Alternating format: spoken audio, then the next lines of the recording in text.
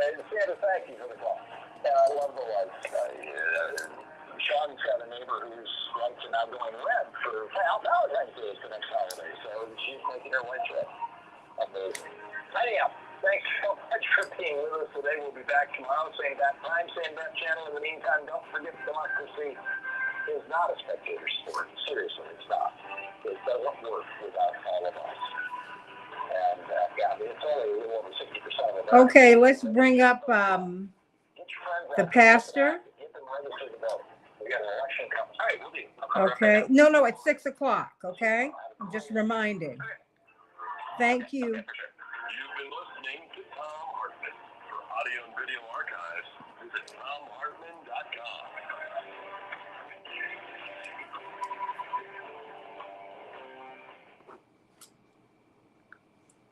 I'm starting the new year just the way I finished it, with one great night's sleep after another, thanks to my Cozy Earth bedding. They have the softest, most comfortable sheets ever. Cozy Earth was founded to help transform lives by offering the softest, most luxurious, and responsibly sourced bedding in the world. And with over 5,000 five-star reviews on the website, they're clearly doing just that. Cozy Earth uses only luxury materials, such as the finest premium viscose made from highly sustainable bamboo. No wonder Cozy Earth is the brand that made Oprah's favorite thing 5 years in a row. And Cozy Earth bedding, which comes in 6 awesome colors, is super soft, lightweight, and temperature regulating, so you sleep more comfortably year-round. Whether it's their luxury sheets, loungewear, pajamas, or plush bath towels, you'll love shopping at Cozy Earth. Hurry, save 35% on Cozy Earth. So get cozy now. Go to CozyEarth.com and my promo code TOM, THOM, and save 35%. That's CozyEarth.com, promo code TOM, THOM, CozyEarth.com. The David Packman Show. In the upcoming debt ceiling negotiations, Trump is saying, don't negotiate. Allow the government to completely shut down. Allow basic systems to fail, which will wreck the economy. And then that'll help Republicans in 2024. That's what Trump is saying. You have to read between the lines here, and it's pretty easy to figure out what he's saying. The David Packman Show. Evenings at 10 on WCPT 820. Chicago's Progressive Talk. Oh, and I've got a ticket giveaway. You know, I have a ticket giveaway, right?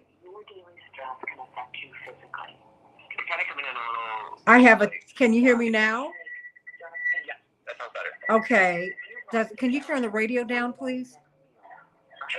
Okay. Is that better? Okay, now, can you hear me better now? Yes, you sound a lot better there. Okay, very good. Do I sound clear? Yes. Okay. Yeah, that sounds great. Okay, 7:30, I have a ticket giveaway for the mayoral debate. Okay? Okay. And then I have the Hochberg read at 7. Right. Okay? Okay. All right. Thank you. Of course. And I'm going to call the Reverend Vicki Johnson right now. Perfect. Thank you. And others. We're getting varying information on the number of dead. It appears to be at least 14. Regional governor at one point said 18. The AB's Charles Odessa on those who were killed. According to Equal Prime Minister, Chief of Ukraine, those killed in Brevard, including Interior Minister Lee Monarch, his deputy, Lieutenant and State Secretary of the Ministry of Interior. You're right, no word yet on whether the helicopter crash was an accident or related to the war in Ukraine. The UN Secretary General says the world is in a sorry state because of Russia's war in Ukraine. Hey, thanks, Reverend Vicki Johnson. Okay, thank you. Pastor Johnson? Yes, Vicki. How you doing? I am doing great. Thank you so much for inviting me on Monday. I was about to say Tuesday. Girl, my days are all off. I know. Thank you so much for being there. Really, Dr. Thomas was talking about you yesterday. Oh, bless her heart. You know, I've never done, I just don't generally do things like that. But I guess I need to start saying yes. You were saying that. Well, you are fantastic, and I have so much admiration and respect for what you're doing, because we need women in the space, and you are there, and I thank God for that. And it was wonderful seeing your husband. It was wonderful seeing him. Absolutely, and I'm gonna tell him I'm gonna pray over what he said. I'd love to sit down and have lunch with you one day. You let me know when you have time. Okay. Because there are a couple of things that I want to do at Push and through the show. And because I think we have to get back to our church roots. You know? Yeah. We just have to get back there. Yeah, we have to get back there. Hello, everybody. We're going to be doing this kind of sort of like this today because my computer's on the fritz.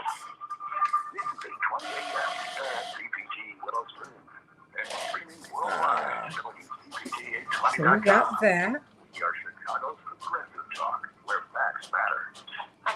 I'm able to hear Reverend Vicky Johnson on her Facebook live stream. Wonderful. Great. Thank you so much. Let's have a great show, Henry. Yeah, let's do it. Okay. Real quick, I'm just making a note. What was it you wanted to do for the mayoral race at 7:30 or 6:30? I'm going to do at 7:30, we're doing the ticket giveaway. And at 7 o'clock, we do the Hochberg read. Okay, cool. Okay? Sounds great. Currently, it's 37. Turkey's growing fast. This is weight bias. I'm worried about your weight. Don't you care what other people think?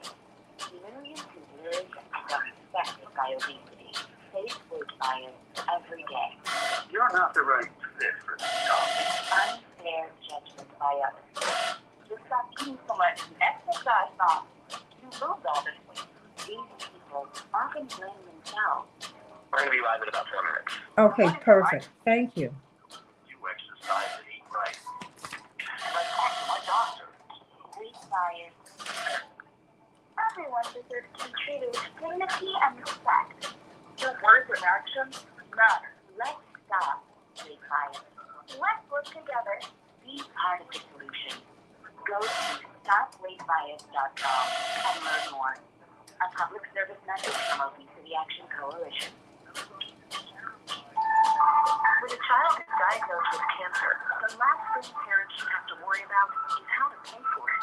This is a St. Jude moment.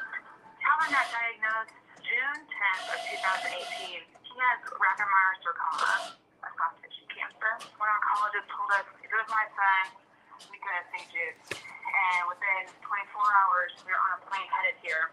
It's hard to fathom what St. Jude has done for us. They've really given our family hope. For the donors out there, it's just amazing. I never thought we would be in this place. And it's people like you that help us and help St. Jude provide for a family like ours. St. Jude is the gold at the end of a rainbow. And we are so grateful and thankful for everything. Find Jude Saving Children. Learn more at stjude.org. What's your favorite memory? That's a tough question.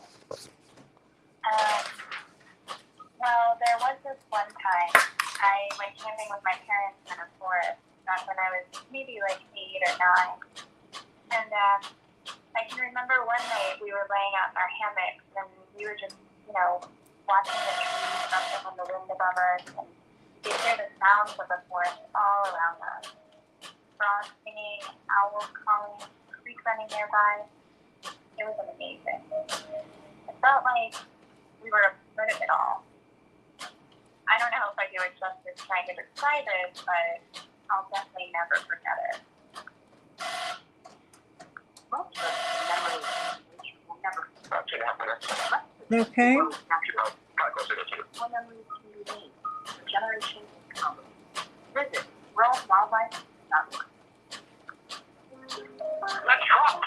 Sing. Fall in love with the world's leading all-male ballet company with Les Ballets Trocadero de Monte Carlo. Hilarity and hijinks with the company causing international sensation. Les Ballets Trocadero de Monte Carlo, Saturday, February 11th. The largest set, the funniest night you'll ever have at the ballet. Okay, let's make sure we don't have echo when we start, okay?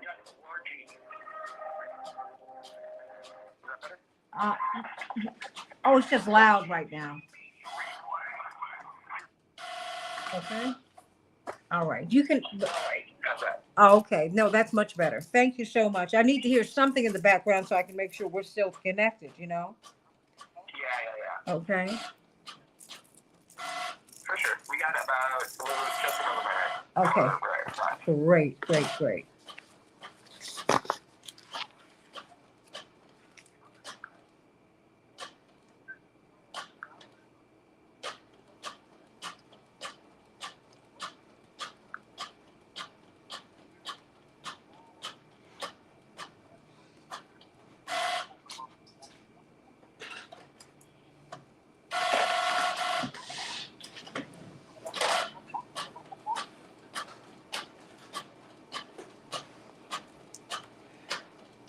Pastor Vicky, is Dr. Thomas, is she a dean at the school or is she one of your mentors? She is one of my mentors, but she teaches, she's an anthropologist, and she teaches courses on intersectionality. Oh, wow. So she's the head of the multicultural center for intersectionality at MSTC. Oh, wow. Okay. You know, Jackie studied anthropology also. You know, my sister got 1,000 degrees. So that's one of them.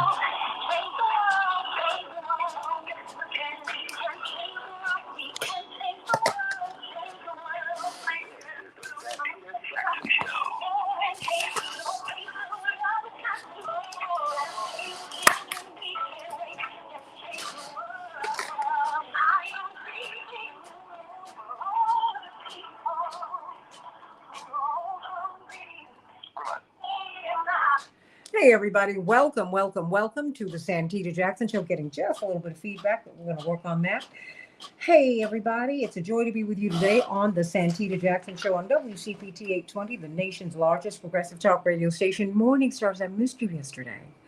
So please meet us over here on the Santita Jackson Show YouTube channel and the Santita Jackson and Friends Facebook page. We've got a lot to talk about today. Started this conversation with Dr. D. Dwight McKee about Dr. King's life and his impact upon Chicago, his impact upon the country, the world. And there's a direct tie between this election and Dr. King's Chicago campaign. Everything that Dr. King came here to remedy. These are the things that we're fighting for today.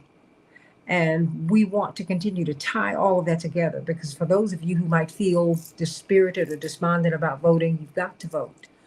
That is a tribute to Dr. King as we commemorate and celebrate his life in this season. But you need to understand the real ties, the lasting ties that Dr. King has to this process, how the Democratic machine, Mayor Daley threw him out.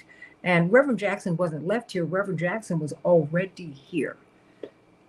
Contrary to what some people think, Dr. King did not hire him and assign him to Chicago. Reverend Jackson was already in Chicago. He was organizing. And because Reverend James Bevel and others felt that he was such a brilliant organizer, and he is, they said, you need to hire this guy. This guy. Young, energy, people like him. He's at the University of Chicago already. Boom. That's how that happened. So we've got a lot to talk through today. A lot to talk through as we are looking at the election.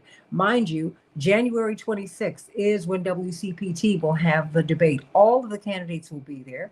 Joan Esposito, Patty Vasquez, and I will be moderating this debate. You don't want to miss it. And we have a free ticket giveaway. A couple of tickets we're going to be giving away every day this week. Want you to be there. It's next Thursday. It's going to be fantastic. We're very excited about this and honored that all of the candidates will honor you by being there. So stay tuned because I've got 2 tickets to give away. You don't want to miss it, everybody. So we're going to be talking about this election. I want to know, who's your favorite candidate? I mean, do you want Mayor Lightfoot? Do you want Chuy Garcia? Do you want Brandon Johnson? From WCPT and the Chicago Teachers Union. Do you want Jamal Green? Do you want Sophia King?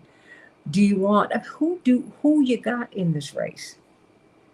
You got 9 people running, and they will all be at this event on the 26th. So what do you think? Who is Paul Vallis, Rod Sawyer? All these people I know, and they're all good people. They're all good people. So what do you want from a mayor?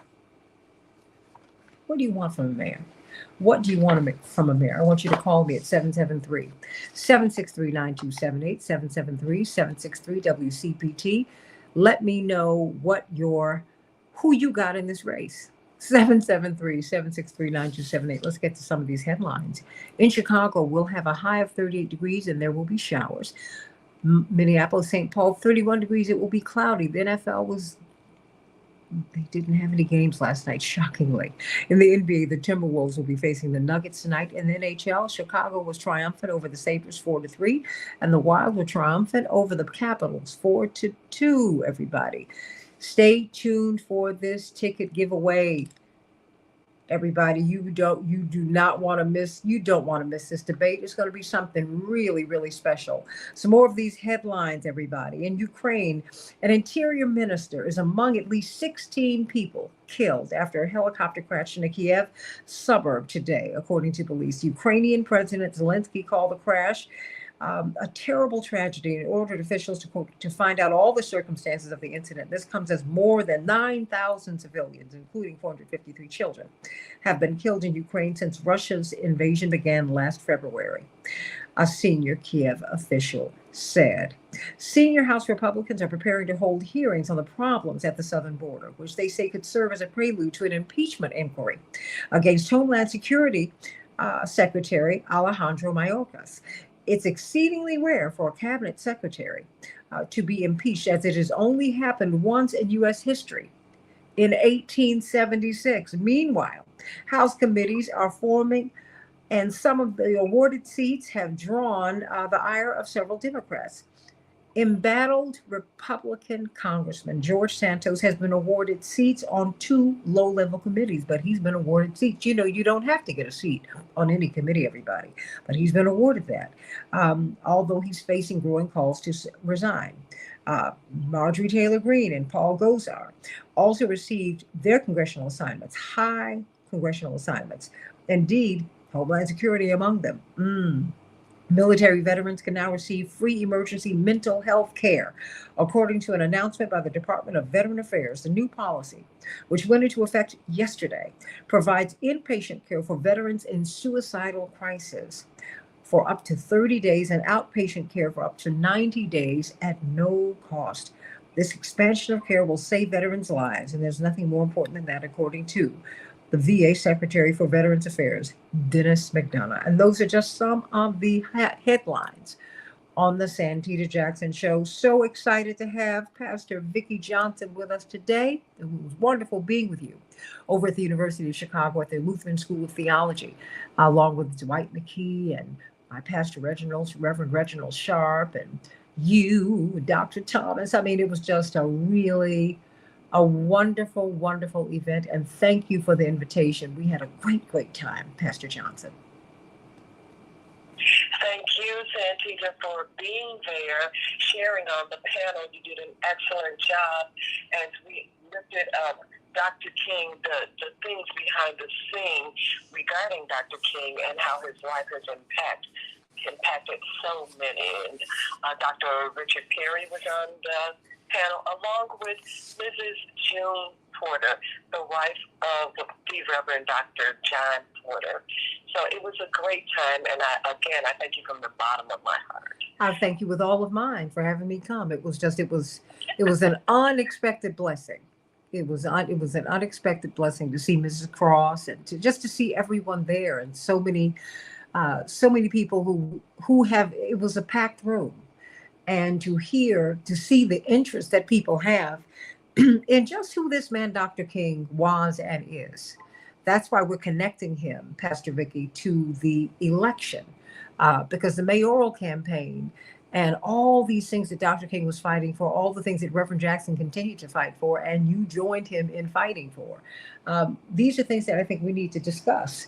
We need to talk about. I think we need to know just how much of his energy and how much of him programmatically we're living with today. Yes. So, good morning, Santita, and good morning to all of your morning stars and friends. There is good news. Monday, we celebrated the King, the Reverend Dr. Martin Luther King Jr., who would have been 94 years old now.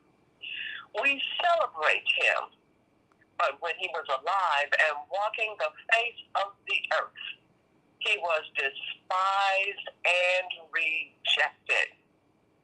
His theology was too radical. He wanted everyone to find a place and join the fight for liberty and justice for all.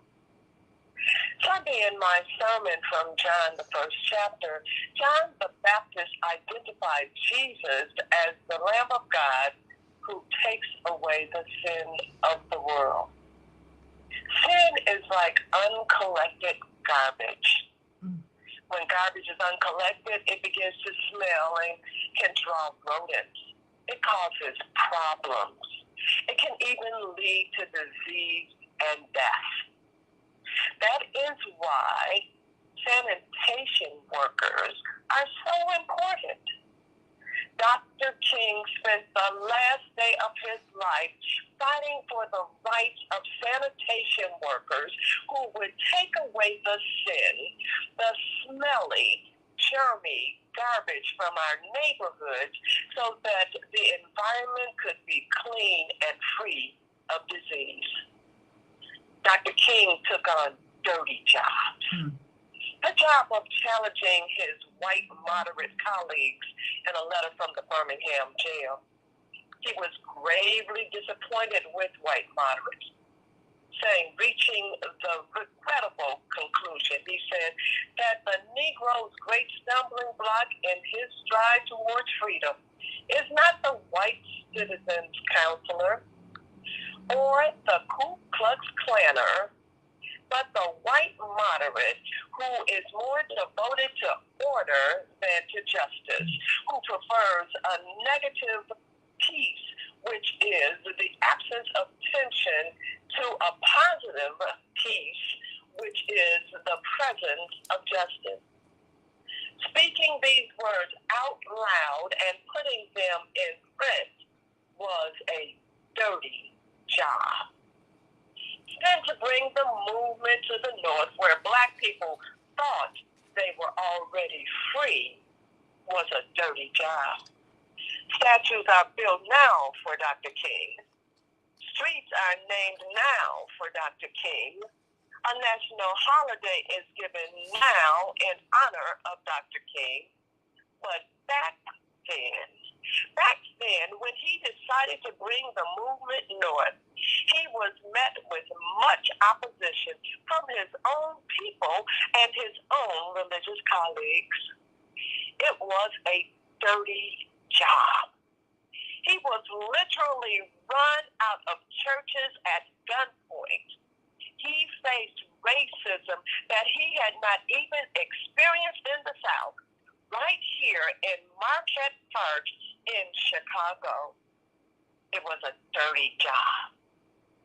But just like the sanitation workers that he fought for in Memphis, Tennessee, he was willing to do the dirty job, to take away the sin, the smelly, germy garbage of injustice from our world, so that the environment can be clean and free of the disease of racism and all other isms. So today we don't see the sanitized king, no, but we see the one who did the dirty jobs to effectuate change. Be willing to do some of the dirty jobs. Fight to end voter suppression. Be willing to get some feathers ruffled and even kicked out of conversations as you stand up for what is right. Be willing to do the dirty jobs. If you will do this, and I hope that you will, then to me, that's good news. Amen, amen, amen, amen, amen. And he died with the garbage workers, cleaning up the garbage. There are 5 quotes I came across, Pastor Vicky, that in which he talked. They said, this is how you cannot whitewash this man out of history and make him this convenient guy. He said, the price that America must pay for the continued oppression of the Negro and other minority groups is the price of its own destruction. He went on to say, white Americans must recognize that justice for Black people cannot be achieved without radical changes in the structure of our society. Whew. And on and on and on he went, and on and on and on he went. The most dangerous Negro in America, according to J. Edgar Hoover. And some people are now calling for J. Edgar Hoover's name to be removed from the FBI building. I disagree with that. Keep his name right there so you can know exactly who Dr. King faced as an enemy. Let it stay right there. You need to know what their founding mission was, and in many respects continues to be. They don't follow we find out a lot of the people who rushed the Capitol on January 6th, many of them were with the FBI and the police. So we need to, don't take these names down. Oh, no. What you need to do is put a plaque on there and just say, no, yeah, and he messed with Dr. King too. Put that on there. Don't take his name off the building. No, I don't want you to forget him. Don't forget J. Edgar Hoover. Sending you much love. How can we worship with you on Sunday, Pastor? Well, you can worship with me at St. Thomas Lutheran Church, 8000 South Jeffrey Boulevard here in Chicago, Illinois, at 11:30 a.m. That's 1 hour of power. Or you can join us on Facebook Live at St. Thomas Lutheran Church, Chicago. We will be so glad to have you. We just love Pastor Vicki Johnson. We love her. We love her. We love her. We thank God for her and her full ministry, whether she's singing, speaking, or preaching. We just thank God for that. We've got Dr. Shanina Knighton with us today. Always a joy to have you, Dr. Knighton. How are you this morning? Dr. Knighton? Oh, is Dr. Knighton there? Okay, well, okay, Dr. Knighton, I got about 3 minutes left for you. What do you want us to know about our health today, as they are now planning to shift the cost of COVID-19 recovery onto us, the vaccines, the treatments, all of that? Dr. Knighton? Oh, I wish we could have her right now, but you know what, everybody? We're going to get her. We'll get her tomorrow. Wow, what happened to Dr. Knighton? I thought we had her queued up. Everybody, let's talk about. Okay. Oh, I couldn't hear you at all. So I got 3 minutes for you. You go. So I just think it was interesting that today's talk is about sanitation, and it's interesting because I've been working on project, and I know we talk about hygiene poverty a lot. It's just raising the awareness of the fact that people don't have basic necessities such as soap, detergent, deodorant, sanitation napkins, anything that they need to be able to meet their basic care needs. So when you think about what that translates into, it translates into a dirty refrigerator, a dirty stove. That translates into someone not being able to live in good conditions and living in deplorable conditions. So when someone walks into someone's home and they're trying to understand, well, why is it that this person lives like this, or why does this neighborhood look like that, it is an inconsideration that maybe people don't have the means to keep up with trash bags and to keep up with the things that they'll need to just to be able to keep their environment clean and to keep their personal hygiene up to date. That has consequences on people's health that we don't think about. So while there are national initiatives such as water, adequate sanitation, and hygiene, so an acronym of WASH, that globally is the initiative that emphasizes that people don't have soap and water. The irony is that when you look at places such as Michigan, when you look at places that have issues with lead or water issues, sanitation issues with their water, that's happening right here on our very soil. And so I'm bringing that up just to say that as we even reflect, on what Pastor said in regard to the mark, that was made, the fact that we do need to think about what are the consequences when we talk about inequities that occur in between people. And so as we're thinking about, let's say, donating these items or even thinking about, let's say, food, remember that even if you are going to the food bank and donating canned goods, someone doesn't have a can opener to open up that food.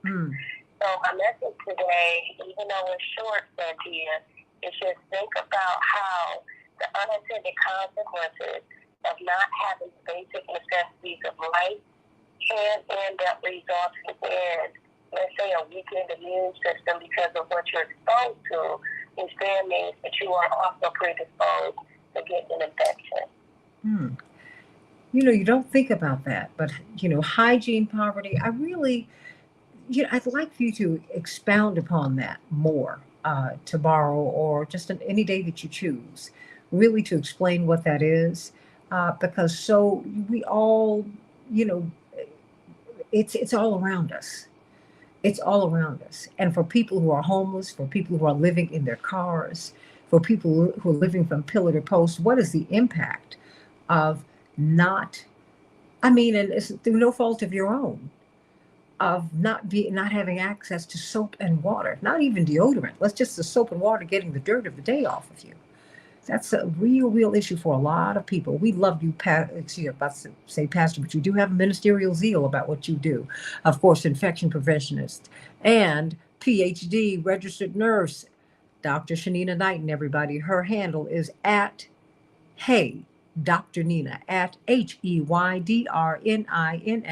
Let's talk about this mayoral race here in Chicago. It's right around the corner. We have 2 tickets to give away because we are going to be having a debate here at WCPT on January 26th. But you got to keep listening to the Santita Jackson Show. Back in just a minute.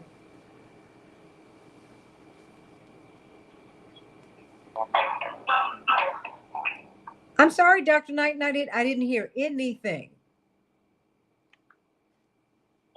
Okay, actually, believe it or not, I had my volume low, and then I know she should be able to pass her been on for a little bit. So I was taking really multitasking and stuff like that. Like, let me turn it up.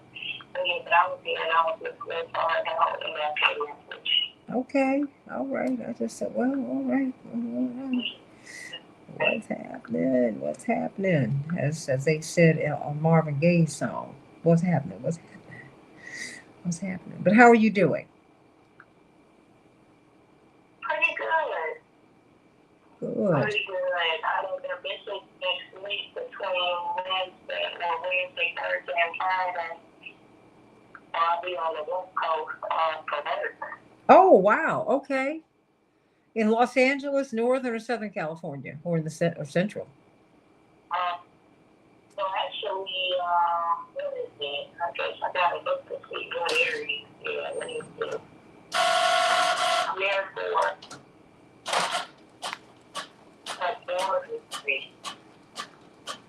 Okay.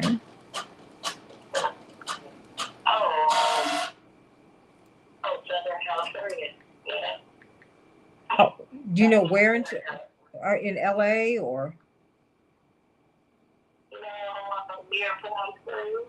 Okay. Yeah, so we're for board orientations and all kinds of good stuff. Oh, that's going to be great. I like getting out to LA at this time of year.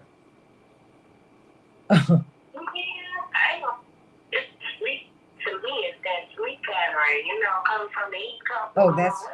That's the worst. That 3 hours is a beast. That 3 hours is a beast. It's a beast.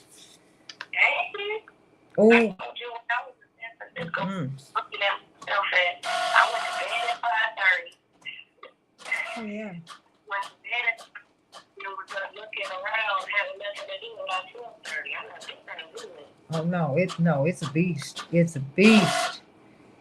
Because 9 o'clock for them is 12 midnight on you. 12 midnight is 3 a.m.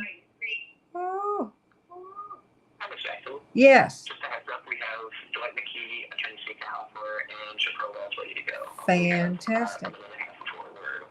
Okay, thank you so much. Fantastic. Okay, well, you want to say hello to everybody here? Dr. Knight, we've got Dr. D, and we've got attorney C.K. Hoffler and Chappelle on.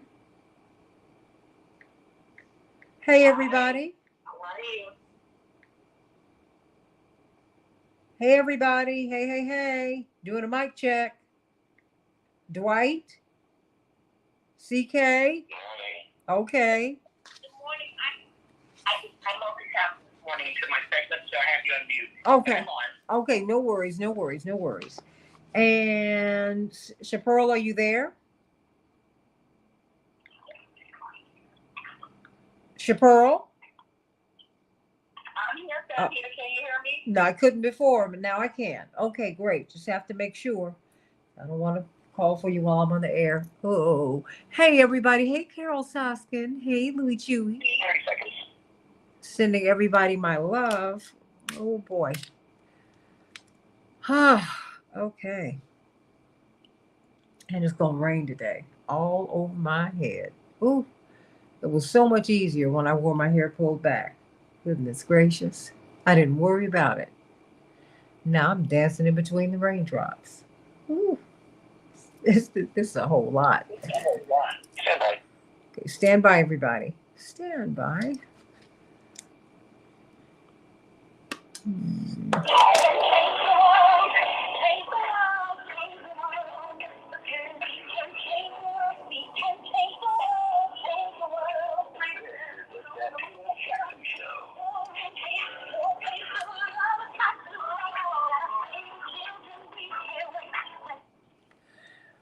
Hey, everybody. Welcome to the Santita Jackson Show. Stay tuned.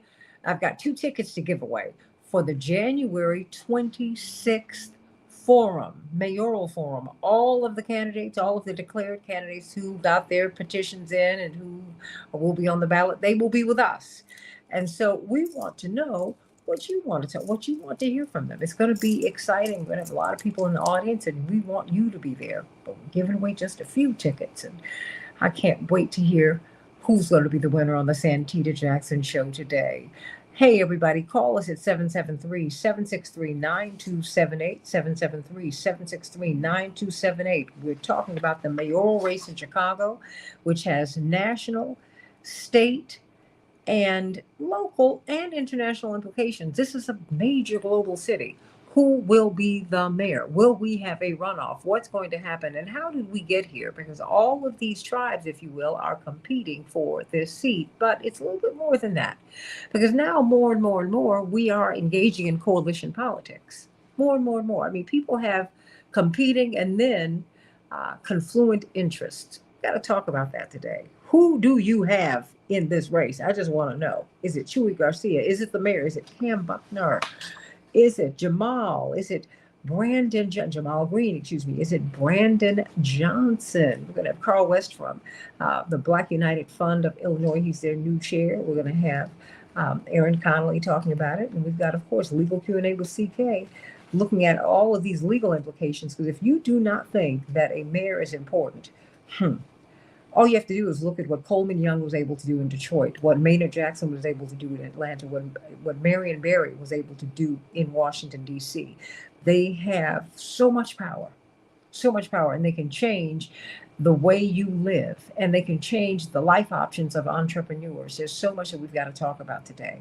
But we've got to find out how we got here. And of course, someone who's been handling that brilliantly has been Dwight McKee. And of course, you've got the brilliant legal analyst for Court TV, chair of Rainbow Push, past president of the National Bar Association, C.K. Hoffler. But first up, we got to talk about these vittles. You know, I got to get something from you. I don't know. I don't know if it's going to be meatballs, something. I'm gonna get something for this Super Bowl. I'm not gonna go. I'm not gonna go to this party empty-handed. I'm serious. So, Well, Santita, and celebrations are up. We are gearing up for the Super Bowl as well as also Valentine's Day, the Day of Love. So give us a call at 708-526-4546. 708-526-4546. We are doing all types of wings, honey barbecue wings, garlic parmesan, sweet chili teriyaki, as well as also buffalo and barbecue. So give us a call, 708-526-4546. We're doing sliders and meatballs, as well as Cajun rice, spaghetti, anything that you could think that you could utilize, as well as hoagie sandwiches. Those are all popular things that we make for the Super Bowl. But we're still doing our Valentine's Day flowers, as well as fresh chocolate-colored strawberries, as well as also our custom cookies. So give us a call, 708-526-4546. Let us serve you. We look forward to serving you. Thank you so much, Santita. oh, you are very welcome. Hey, everybody, what do you think about this mayoral race? Who do you have in this race? Is it Mayor Lightfoot, the incumbent? Is it Cam Buckner? Is it Chewy Garcia? Is it Jamal Green? Is it Brandon Johnson? Is it Sophia King? Who do you got? I just want to know. Call me at 773-763-9278, 773-763. 773-763-9278. Roderick Sawyer, Paul Vallis. Who do you think? Who are you supporting? Is it Willie Wilson? Now Frederick Collins has dropped out, but you've got quite every one of these persons has a constituency. But there is a whole lot that got us here. You have independents who have more space in Chicago politics than ever before. That's part of the fight that Dr. King, in which he was engaged, because it was the machine and people who were associated with the machine, which was most of the players in town, who ran him out of town. And it's not that he didn't bring Reverend Jesse Jackson here. Reverend Jackson was already here in graduate school at the University of Chicago, and he was already organizing when Dr. King met him. So we've got a lot to talk about, because this election is tied to Dr. King's work, the work that continues, the work in which you need to be involved today. I want you to call me at 773-763-9278, 773-763 WCPT. Reverend Dr. Martin Luther King, the man who J. Edgar Hoover said was the most dangerous Negro, the most dangerous Negro. You can't make this stuff up. And what is it that a mayor does? Why is it such a powerful position? And we really see the power of the mayor seat here in Chicago. Dwight McKee, you've been laying out just how we got here and how all of these factions got formed here in Chicago, and just really where we are. Why we are here. You're kind of walking us through why we are where we are today, and which will determine, I think, to a very large degree, what will happen in February and what might happen if we have a runoff. Everybody, do you think we'll have a runoff? Ms. Robinson, you believe we are going to have a runoff. Call me. Let me know. You don't think any one of these 9 people will be able to pull together 50% of the vote? Call me at 773-763-9278, 773-763-9278. 9 people running for this office. You mean to tell me no one could come together and figure out letting these people drop out, maybe having 1 or 2 people? Dwight McKee.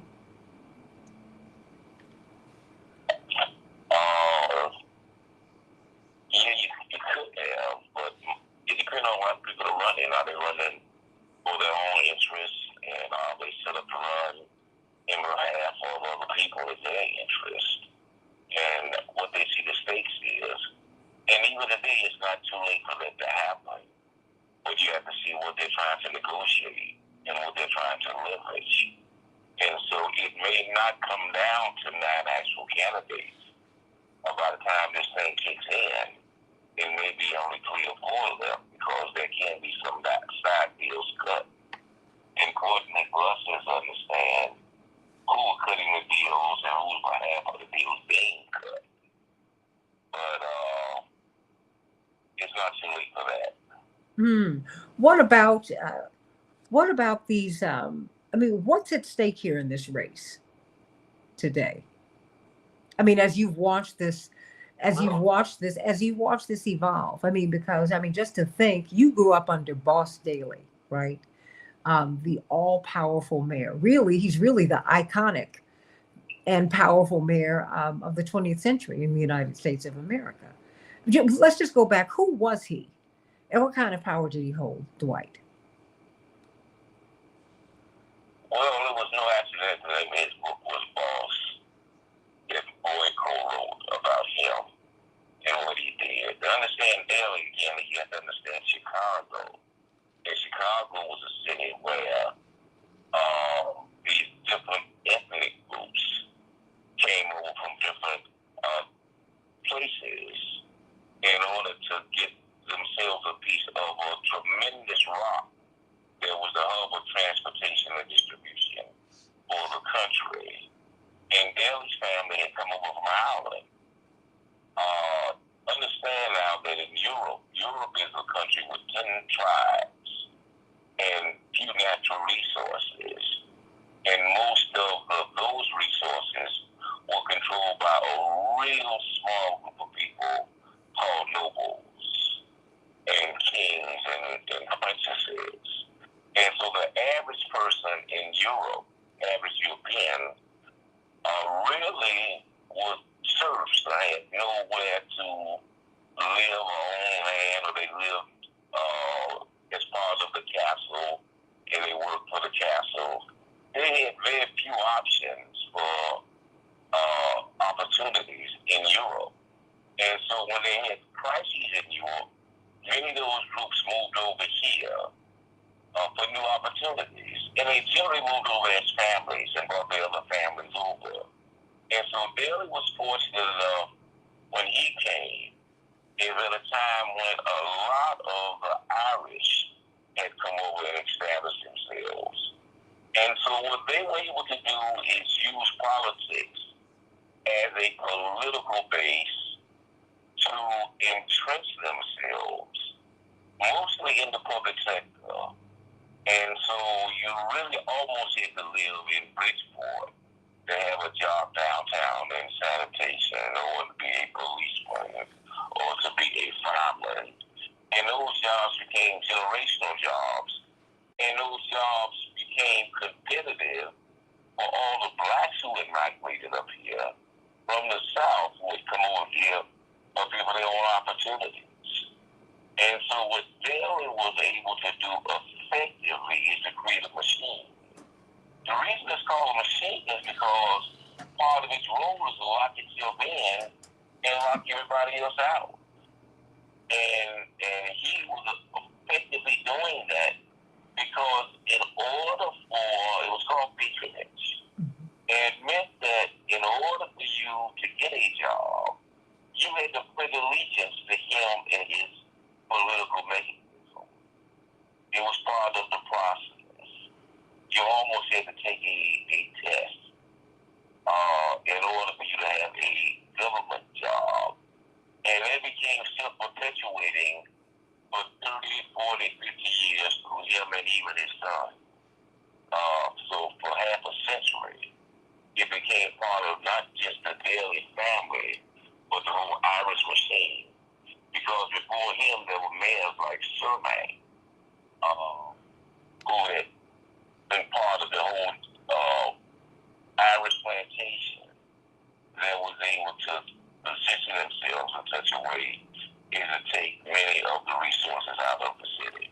Do we still deal with any of that today? I mean, is that the source of some of the tension?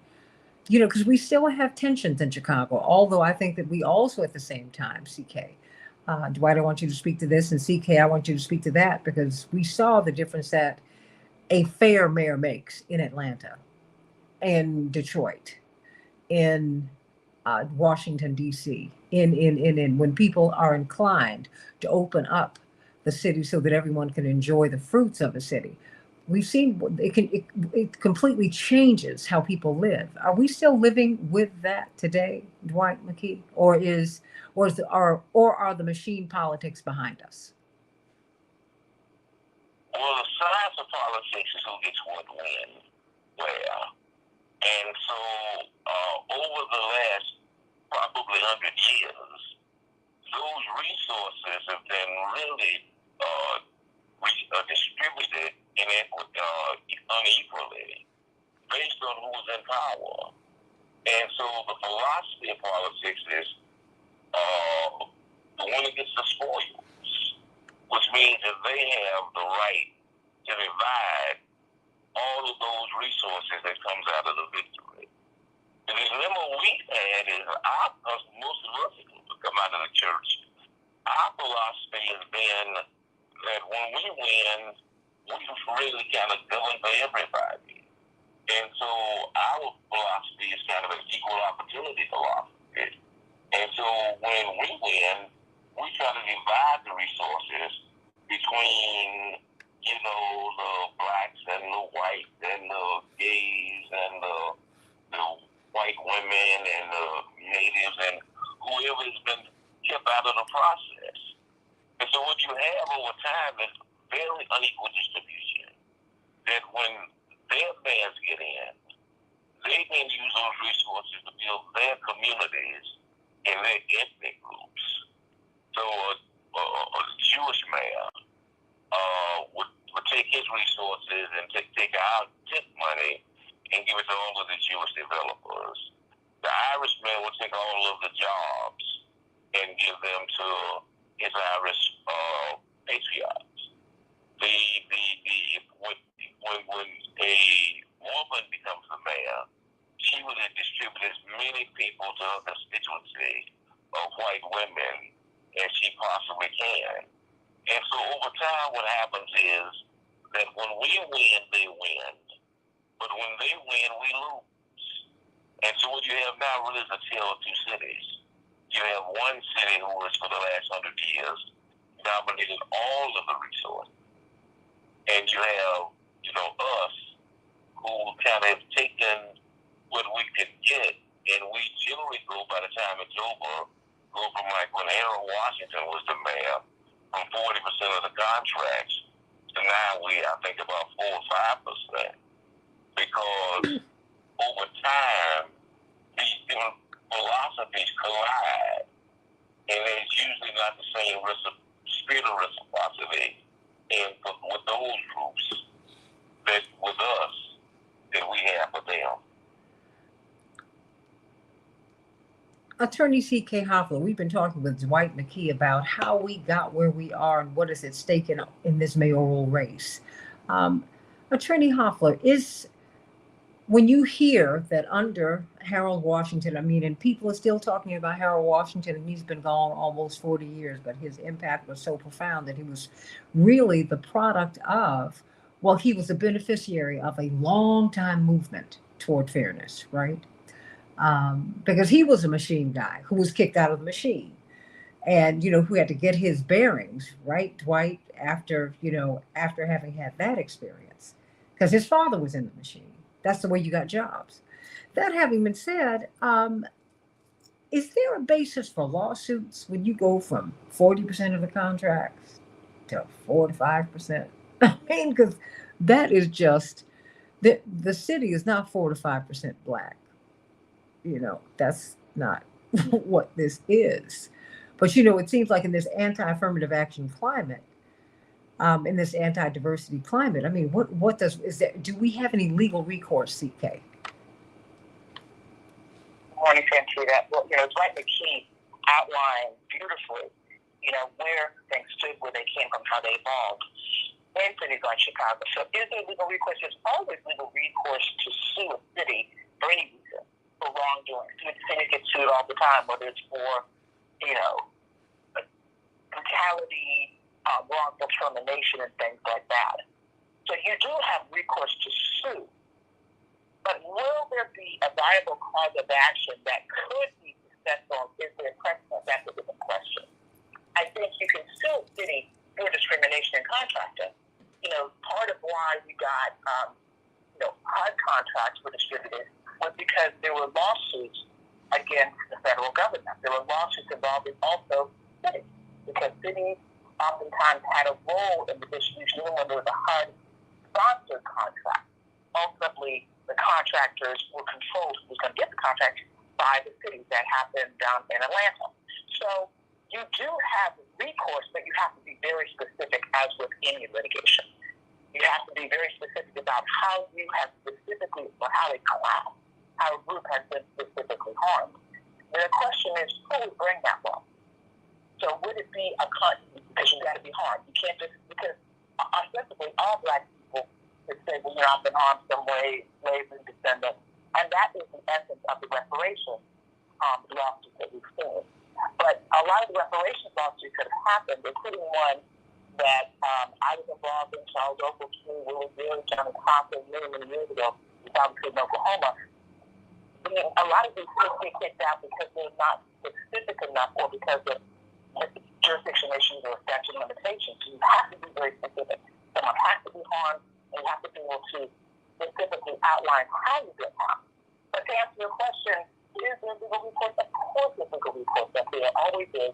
It's just a question of what the cause of action is. And then looking at the local laws in whatever jurisdiction in Illinois, which I haven't looked at for these purposes, to see if there's a statute that specifically precludes certain types of litigation.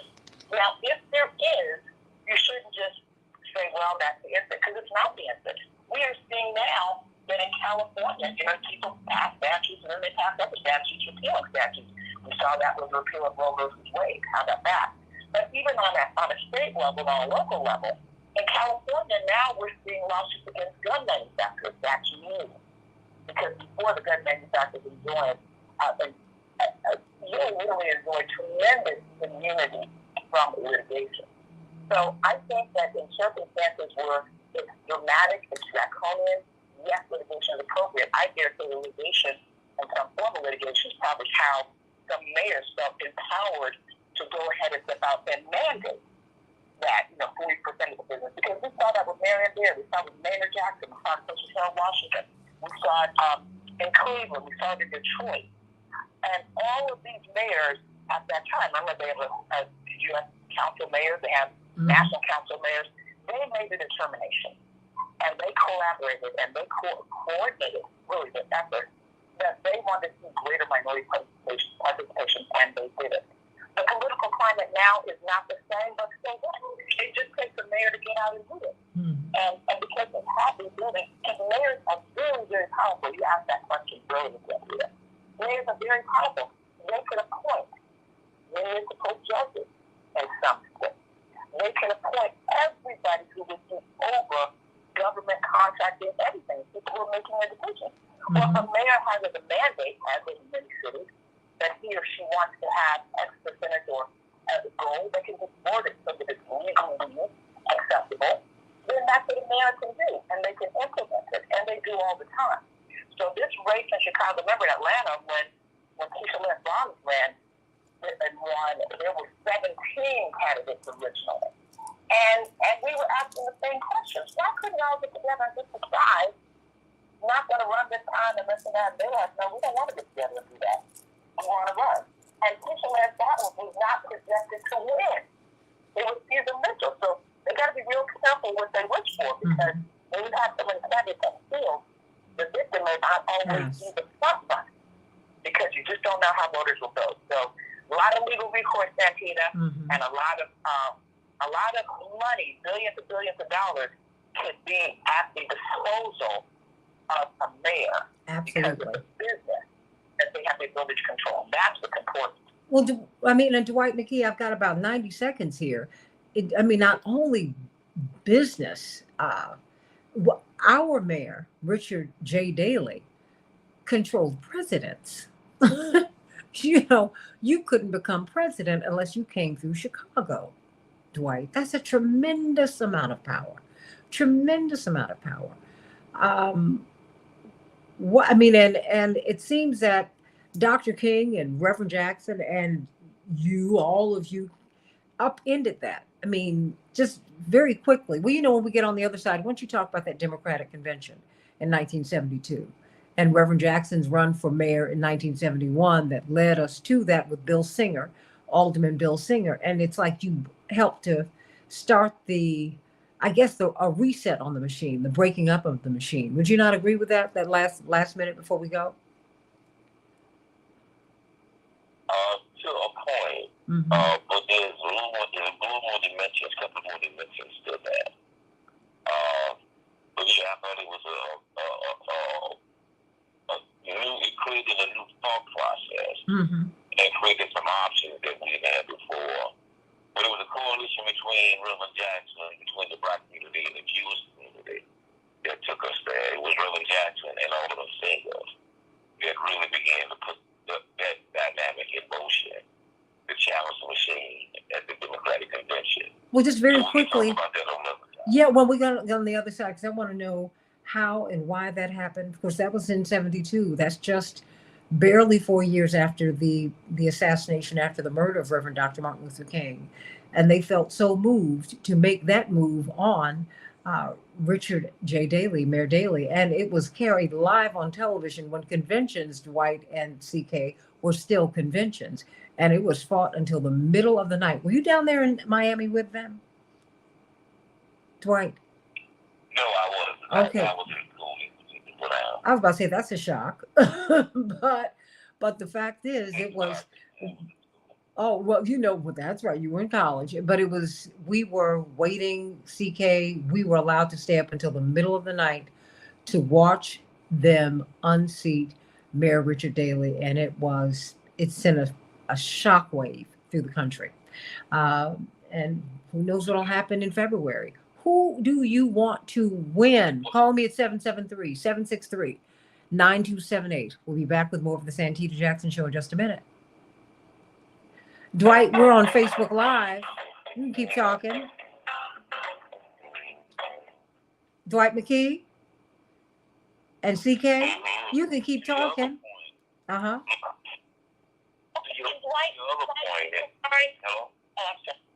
This is what I'm sorry I missed you this weekend, but I will give you a call. I've got your number. Yeah, please do. We'll deal with the police case here, with the fireman case here, with the Irish rock and black guy here. Okay. And hold on one moment. CK, I've got to send you something. If you could just look at it real quick, because I need to move with this woman on this podcast. I just need you to look at this agreement, or let me know who you think would be good to look at. Have take a look at this, okay? Because I don't want to wait any. Yes. I have Aaron Connolly and Carl West ready to go. Fantastic. Okay, Grant. Let me say hello to them. But CK, why don't you, Carl and Aaron? How you doing? Sending you much love. Hey, Carl and Aaron and Carl. Good morning. Carl, what's here? I can see. I love it.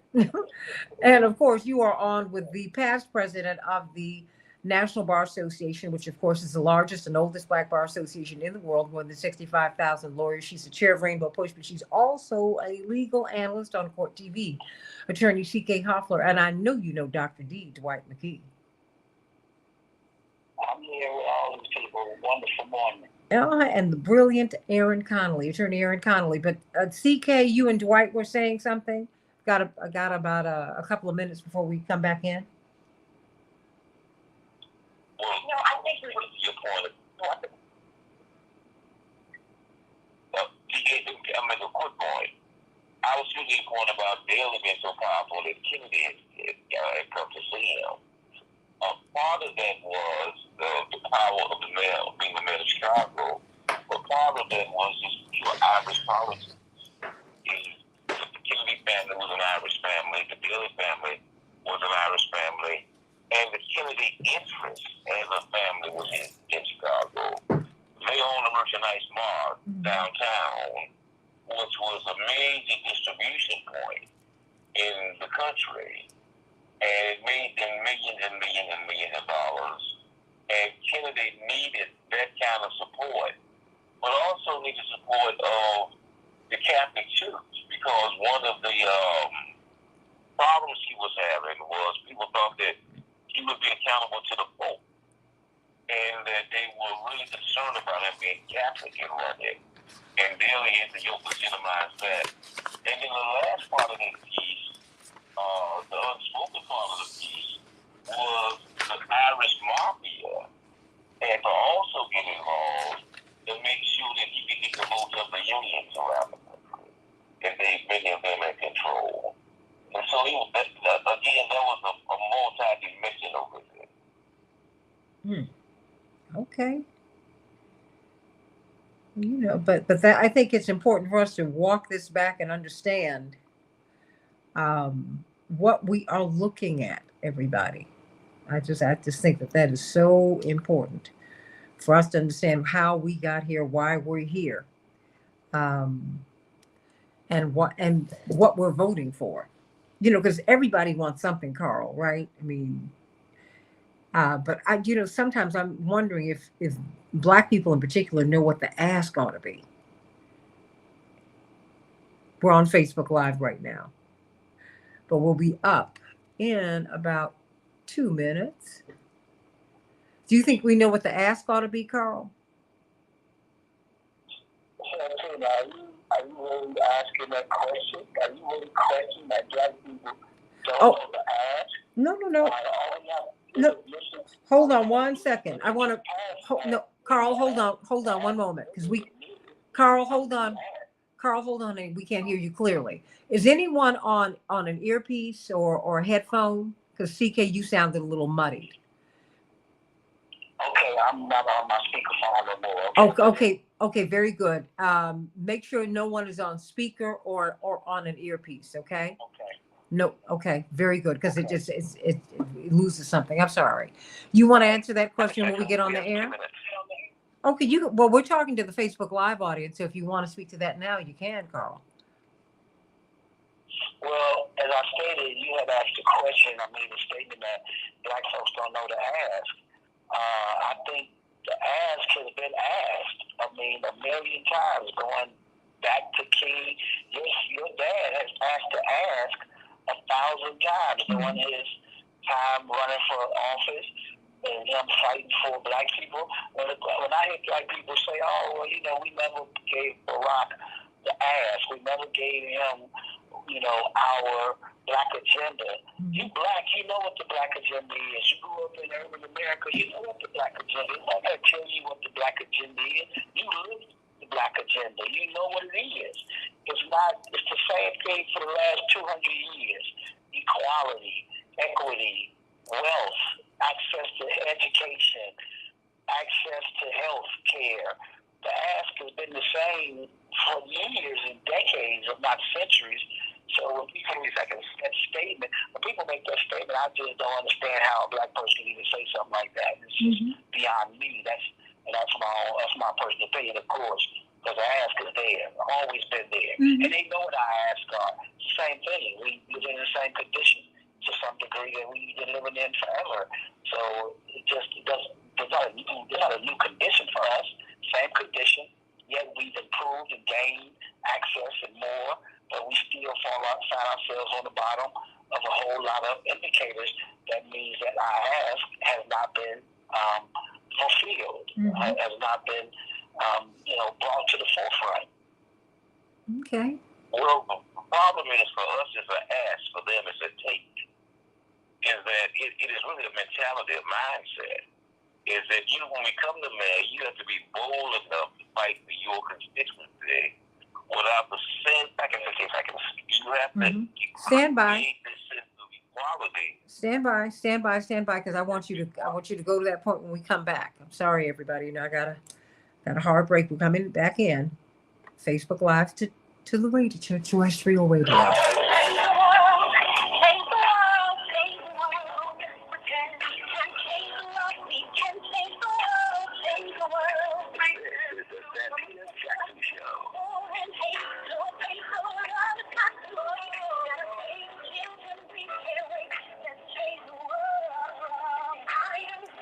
Hey, everybody. Welcome to the Santita Jackson Show on WCPT 820, the nation's largest progressive talk radio station, and AM 950 Radio, the voice of progressive Minnesota.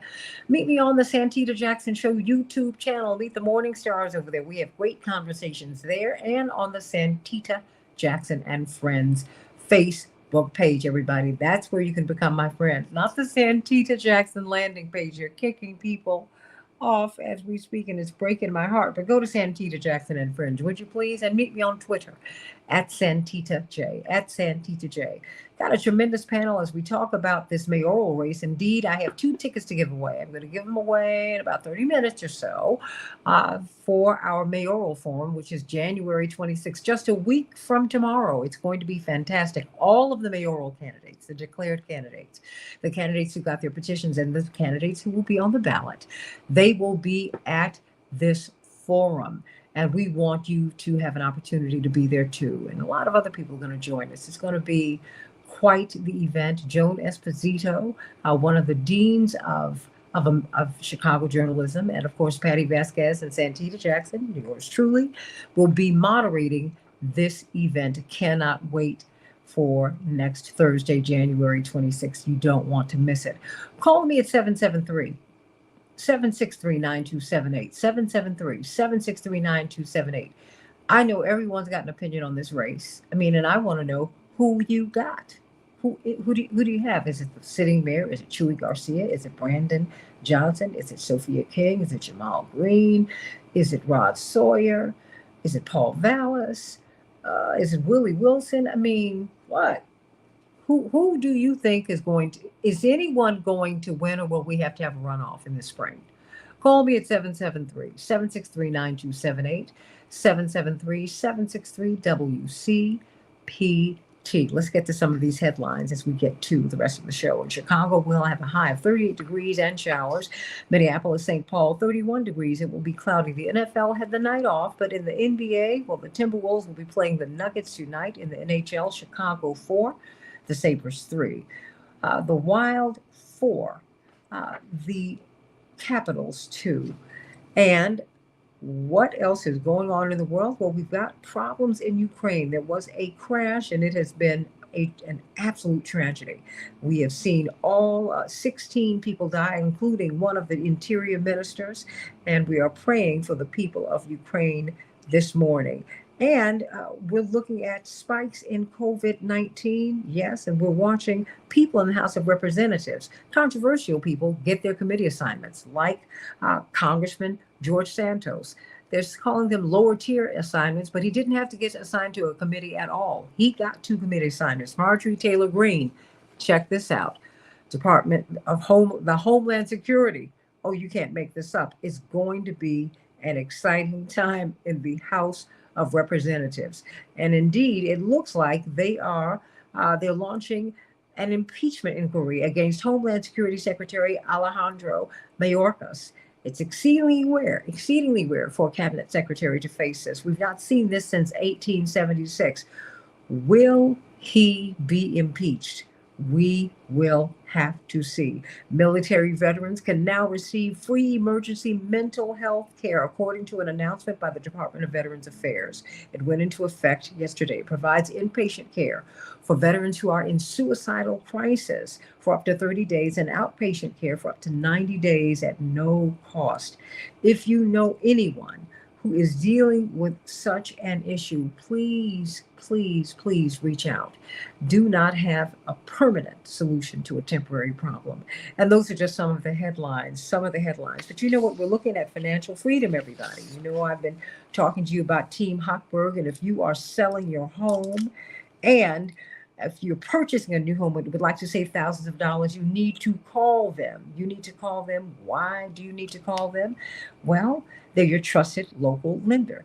Team Hochberg is offering everyone what they call their Perks at Work benefit through the end of April, which can save you thousands of dollars the next time you buy or sell your home. This is how it works. When a Team Hochberg affiliated realtor sells your home, they'll reduce their fee up to 1%.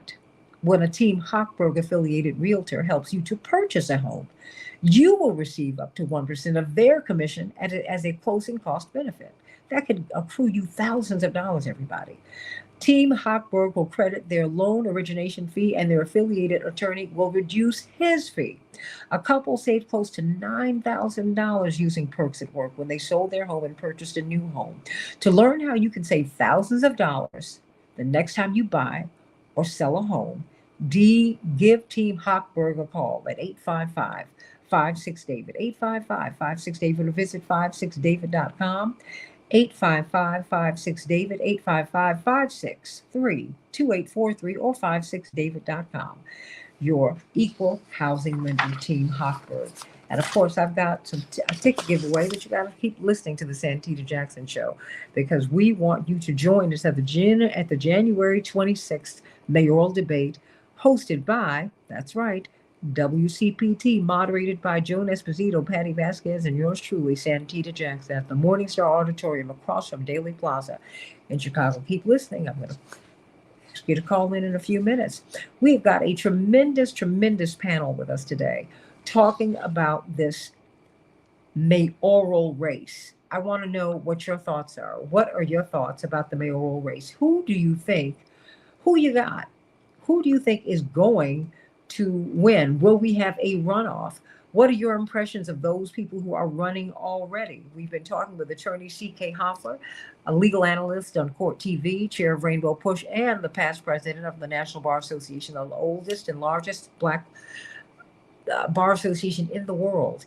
Of course, brilliant social scientist and historian Dwight McKee has been giving us the context in which we are operating now, connecting this struggle, our electoral struggles, and all the things that we're fighting for, to Reverend Dr. Martin Luther King and the work that they carried, that Reverend Jesse Jackson and Operation Breadbasket and Operation Push and the Rainbow and others absolutely went forth and continued on to do. And of course, we're joined by attorney Erin Connolly, brilliant political organizer, and she's from Covenant Strategies, and we cannot wait to hear her thoughts about this campaign. And then Carl West, haven't had him here in a long time, but I'm so glad that the chair of the Black United Fund, the new chair of the Black United Fund of Illinois, is with us today. And of course, you have not lived until you get this Truth Be Told blog. It's fantastic. So let me start with you, Carl West. We've got all of these people running for office. Is there anyone, or are there any persons who stand out to you? Well, let me just say this, and thank you again, and to all the guests as well. How you doing? Good morning. Happy New Year. I've grown over the years to understand a few things that makes me, especially as I got to the media business, and that is to try to keep myself distant from any candidate that's run from any office, so that I don't have any direct connection with them. Mm-hmm. So as I report on them, write about them, there's no biases towards them at all. And so I try to keep a distance. So with that said, I never have a horse in any race of any campaign. Even when, look, I love your brother, and I wanted him to win. I was glad that he won, but you would have known that, because I didn't write anything that would indicate that I was for him during the time that he was running. Because again, I don't want my personal relationship with any candidate to get in the way, because I may have a friend in this election who's probably not a good person, who probably I believe that will not do the best for Chicago. So would I wave that person's flag because of my personal opinion of them? I don't want to ever be caught in that trick bag, so to say. So I don't have any thoughts in terms of who will win. Now, I'll say one thing. There's a person who has done more for Black Chicago in the last 20 years than any one of them, that even our current mayor, and that's the Dr. Willie Wilson, based on his involvement in the community. Now, do I want him to win? That's a private matter. Again, I don't have a horse in any race, because I look at the last 20 years of Chicago, last 30 years of Chicago. What has been the progress of Chicago with the mayors we've had in the past? And I don't think it's been significant enough for me to wave anybody to be the forefront or be the winner. Look at our aldermanic positions, right? We got aldermen who are running. Well, what does your ward look like? What have you done in your ward to So why we should even be looking at you as a viable candidate to run the city of Chicago, to be the CEO of Chicago, when your ward has not seemed to have had any improvements during your duration as an alderman, alderwoman, whatever the case may be. So I could go down the road at each candidate and look at them and say, what really have you done? Now you have a fair shot, equal opportunity to run like anyone can. But what is your contribution that you've done in your past to why I should look at you to run this city for the present and the future? And neither one of them really impresses me, not even our current mayor. I'm just not impressed with any of them. And I'll participate in the process, all right, about let me fair, give them all equal time. But at the end of the day, no one has, I'm going to use a line in my conclusion of this. I'm going to use one line from a Jay-Z song. Neither one of them have given me startup money. I've been in business 20 years, and I don't remember any one of them doing anything to start my business or to contribute to my business the last 20 years, and my business is successful. So clearly I don't need the mayor to be a successful business person. And a lot of my peers feel that same way. But how does a mayor, Dwight and CK, how can a mayor change an entrepreneur's or someone who has a startup business? How can they change your options? I saw when I was in college in Washington, D.C. You and I, you were in law school there. We were in school in D.C. at the same time. We saw how Marion Barry was the game changer. You did not have a Black entrepreneurial class. You had an aspirational Black entrepreneurial class in Washington, but it's a government town. He completely changed the game for Black folks in DC. Completely. And you saw Coleman Young do it in Detroit. You saw not only did Maynard Jackson do it in Atlanta, he did it. Well, he did it in Atlanta. I mean, when these people have the mind to do it, and he did a complete reset on the South, and Marion Barry did that politically for us. Richard Hatcher was not able to do it because these people took the rug out from underneath him and moved Gary to Merrillville. But that's another story that we need to tell that day. I mean, starting with you, Dwight, what does a mayor do? The mayor determines who gets what when. Not only determines who builds the roads, he determines whose roads get built. And what I was saying a little while ago is that the difference between us and them is that us is an ass, with them is a tape. We're so busy when we get in the power of being called a racist, is that we bend over backwards to make sure that everybody benefits from our position as the spoils are divided. Whereas for them, so Obama will be so intimidated by being called a racist that other groups will get more than he will invest in the Black community. Whereas once they're in charge, they understand power to the victim of the wrongs, the spoils. And so they make sure that the resources that they have access to go to the base and put them in office and who they represent. Bush looked at the rich people and said, they call you rich, I call you my base. And so I have no problems giving you the tax money so you have more. I have no problem starting a war so you can get the money. I have no problem setting you up so that there's a lifetime of wealth for you and your community. It really becomes a mindset. So once you understand how much power you have and who can benefit from that and the reasons that they need benefit of that, whether or not it's personal or whether it's not in behalf of the community, but you have an awesome amount of resources. Daley was able to take his family and give them most construction contracts. I think it was Maggie's uncle was the major when Daley was involved. You saw those names on every building that was going up down. That was Walsh Construction. That's what that was, yeah. Walsh Construction. And so how we participated in that was either in very limited ways or in symbolic ways. But he was able to make that family one of the preeminent construction companies in the world. So we have to really understand not just how much power that the mayor has, but what is he going to do with that power and he's going to benefit from that power. And to his point, Santita, not only did Walsh become the most successful and lucrative construction company during the daily era, they still are now, but they spawned off so many people who left that company and started their own company that they financed, who are now also benefiting from city contracts. Absolutely. So it's not just that company became successful. You know, a dozen folks who came out of that company, their family, and who are now in the construction business and have companies in various throughout the state of Illinois, not just Chicago. Absolutely. So that's just an incredible thing to do. Well, you know, but that was the point that, you know, that I wanted to amplify, because even though you've been able to make it without the help, the fact is we keep thinking that we keep raising up people who are of average size and we lift them up and put them on pedestals and we call them giants. I'm like, no, they're just as tall as I am. They just have a lot of support.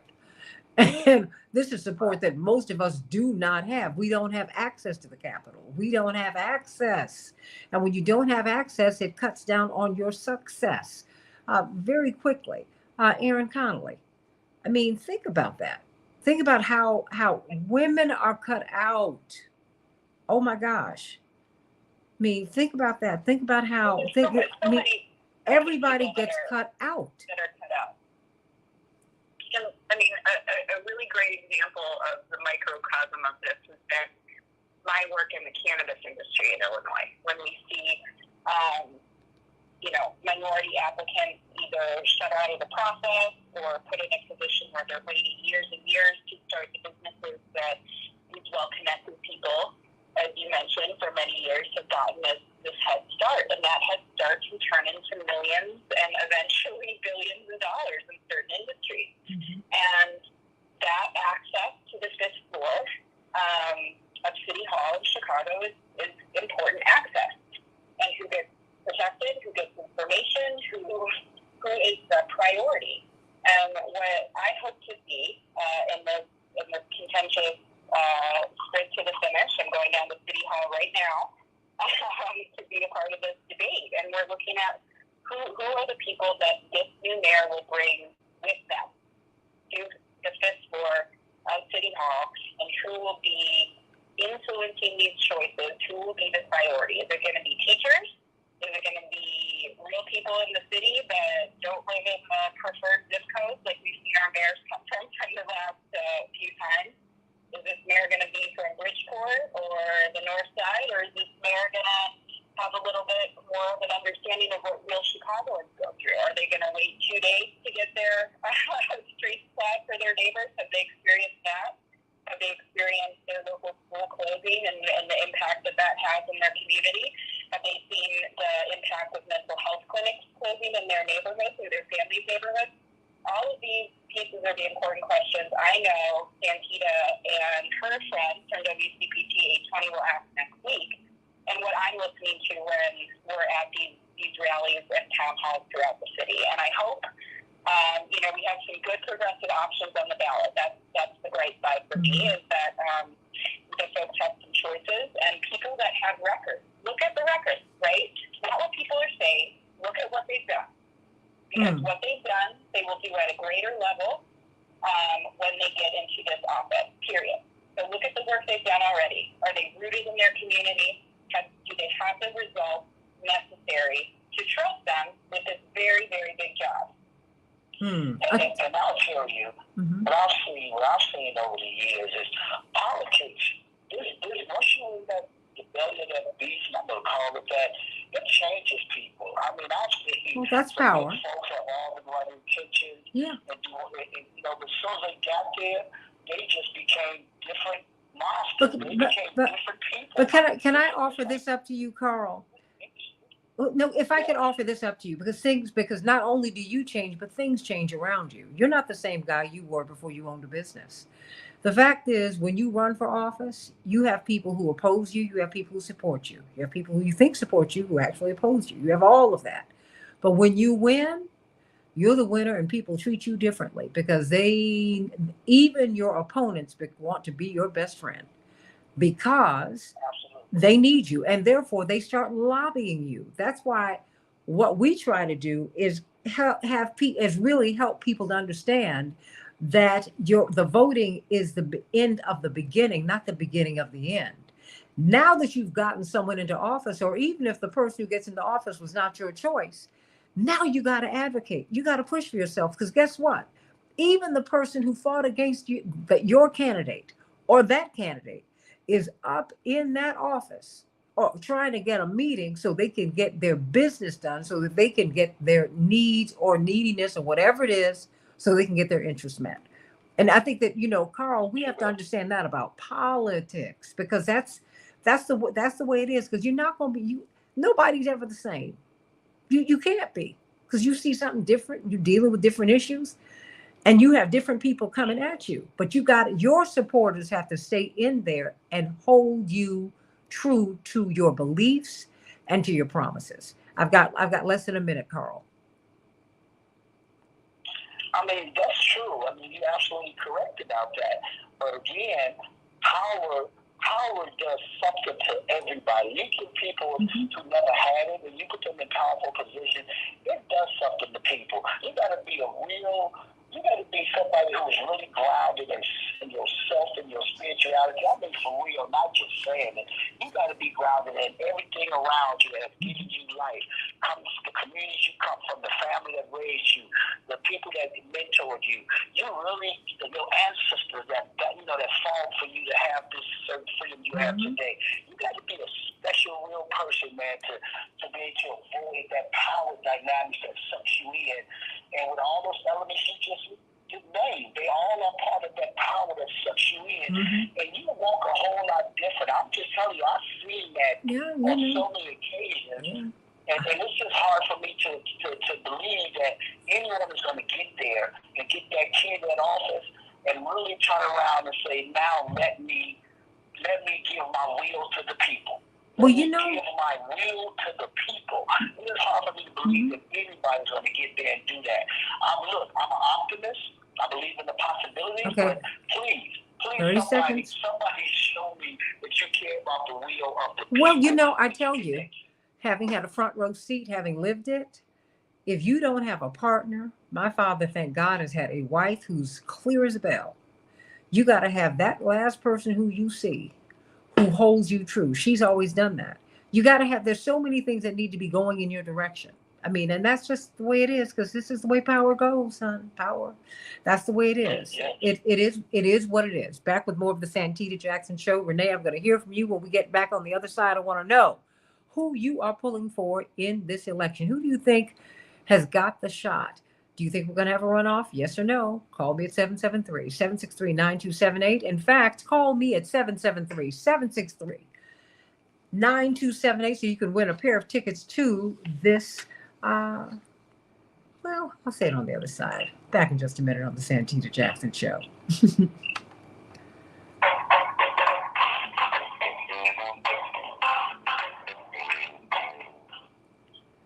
All right, you guys, keep talking. Marion, Judge Perkins, Soror, how you doing, sweetie? You remember when you were harassing us to get our votes in to FedEx with our little college monies for Harold? Remember that when we were pledging? I love you, girl. Boy, oh boy, Joe was crazy. had to pull that money together so we could FedEx our absentee ballot. She said, you better vote for Harold. I guess we were not going to get into Delta Land without it. I hear you. I'm not mad at you. I love you, girl. Okay. Judge Marion Perkins, my big sister. All right, everybody. But we're on Facebook Live. You all can keep talking. Carl West, C.K. Hoffler. C.K. Hoffler, what do you say about people who get power and lose their bearings? Or I mean, it's not an easy thing. It's not an easy thing. I don't think it always happens that everyone loses their bearings. But of course, the only thing you can count on in life is change. Yeah. And so when you do get in those positions, actually people expect you to change. They expect you to step up as that leader now that they've given you the authority and the voice to lead. But it's when the change is craving to interest. Okay, now CK, you sound a little muffled right now. I don't know. Let me give a slight example. Okay. And I deal with more local politics. I deal with the local aldermen because I like to have direct hands-on with them because some of them are friends of mine, people I know who've grown up together, went to school together. But they will campaign and they will make themselves available across the board, morning, noon, and night, campaigning, asking for your vote, begging. I always call it begging for the vote. But as soon as they get in, and this is a consensus across the board with most of them, all of a sudden they're not accessible to the community anymore. They don't attend the public meetings. They don't come out and talk to the community only when it's time to vote. And this is a consensus across the board. All you got to do is just go around this community. How much time? Communities and ask them, have you seen your local alderman? Hold on 1 second. When he knocking on my door for election. Hold on one moment. How much time do we have? 2 minutes. 1 minute 45. Okay, it's almost 2 minutes. I'm sorry, Carl. I have to keep up with that. I'm not in studio, so I'm depending upon my board operator. Oh, please continue. So when they got that power of that automatic seat, once they won, something changed them that made them say, I don't no longer have to be accountable to any of the people that I beg for they vote for. And I'm telling you, it happens all the time. From the nicest people who I've known got in those spots and all of a sudden became so different from that power. So I ain't got to meet with you. I don't have to talk with you. Let me call my office and never call you back. But they was all in your ear. They was coming to your backyard barbecues, your daughter's bar mitzvah when they was trying to get the vote. Carl. Once they somehow succeeded. Carl, but this is not a new story. Reverend has put everybody in business, and he's got to beg them for a contribution to keep the doors open and push. Everybody gets brand new. Not everybody doesn't get brand new, but many people. No, of course, I've known it all my life, but I also know that things can, for people who are well-intentioned, things change because when you get into these offices, there are things that you. I'm just saying the things you can't say anymore. You know, when you are in the House of Representatives or the U.S. Senate, but they really flex their muscle in the House of Representatives, a rumor can start a congressional investigation on you. That's all you need. No hard evidence, nothing but a rumor. So you end up having to put for your own safety. Two people called me as soon as Jonathan won his congressional seat.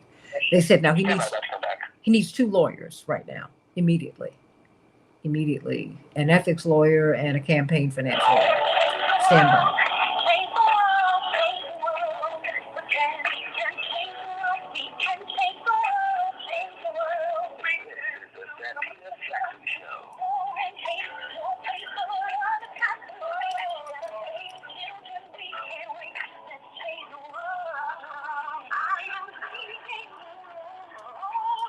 Hey, everybody, talking about the nature of power. I want you all to call me at 773-763-9278. We've got Carl West. You've got to read his Truth Be Told blog. Of course, he's the chairman of the Black United Fund of Illinois, attorney C.K. Hoffler, legal analyst on Court TV, chair of Rainbow Push, and the former president of the National Bar Association. We've got brilliant political strategist and organizer Aaron Connolly, and Dwight McKee, our historian in residence, brilliant social scientist. Everyone, I'm giving away tickets to the January 26th WCPT Mayoral Forum. You don't want to miss it. It's a pair of tickets. It's a pair of tickets, everybody. We are giving away a pair of tickets to WCPT's Mayoral Forum Thursday, January 26th at Morningstar Auditorium across from Daley Plaza in Chicago. All 9 candidates have confirmed their participation in this forum. This is your chance to hear directly from the candidates. Lunch will be provided at 11 a.m. The forum begins at noon. Joan Esposito, yours truly, Santita Jackson, and Patty Vasquez will be moderating the forum. The forum on WCPT is sponsored by Morningstar, Roofers, Local 2, and Oscar Iberian rugs. Contests running on WCPT are open to listeners 18 or older and residents of the greater Chicagoland, Northwest Indiana area. One entry per person, one winner per household.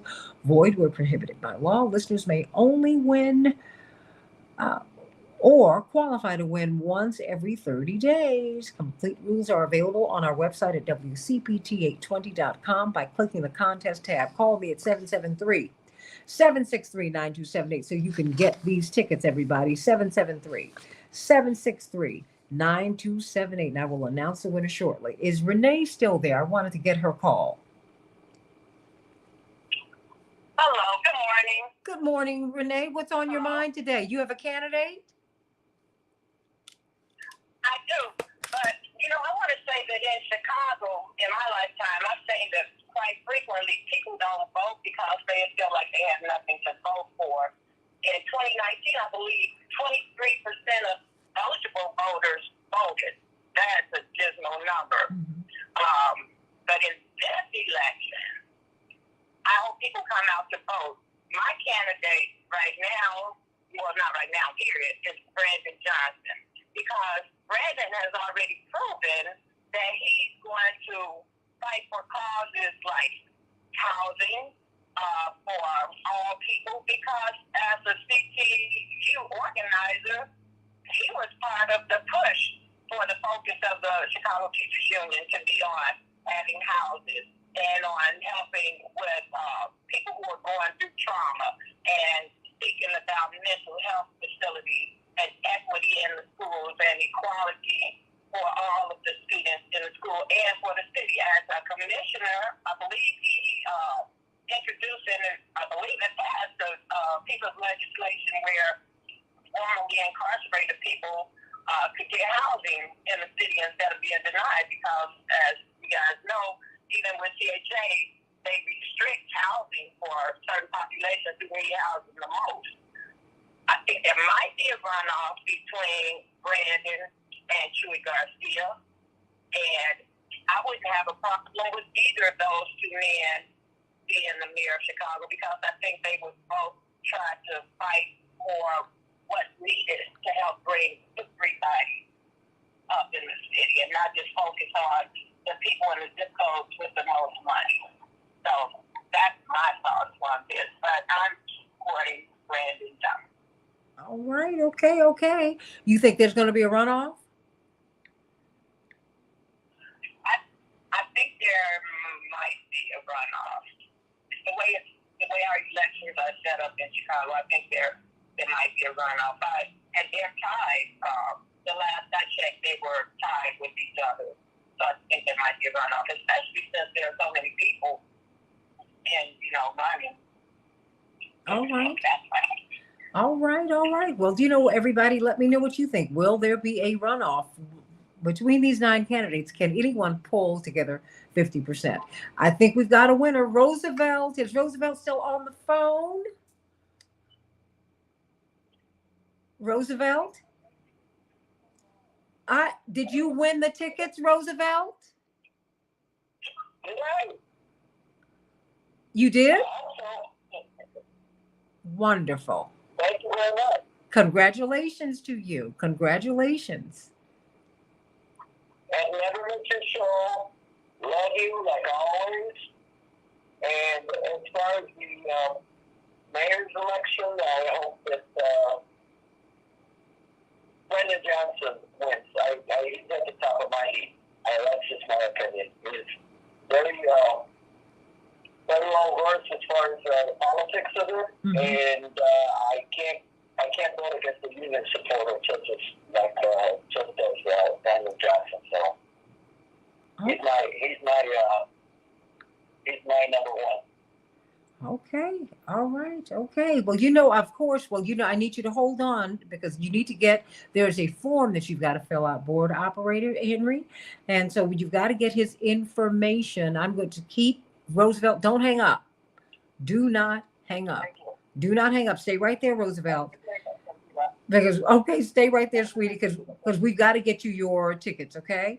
I'm going to, okay, stay right there.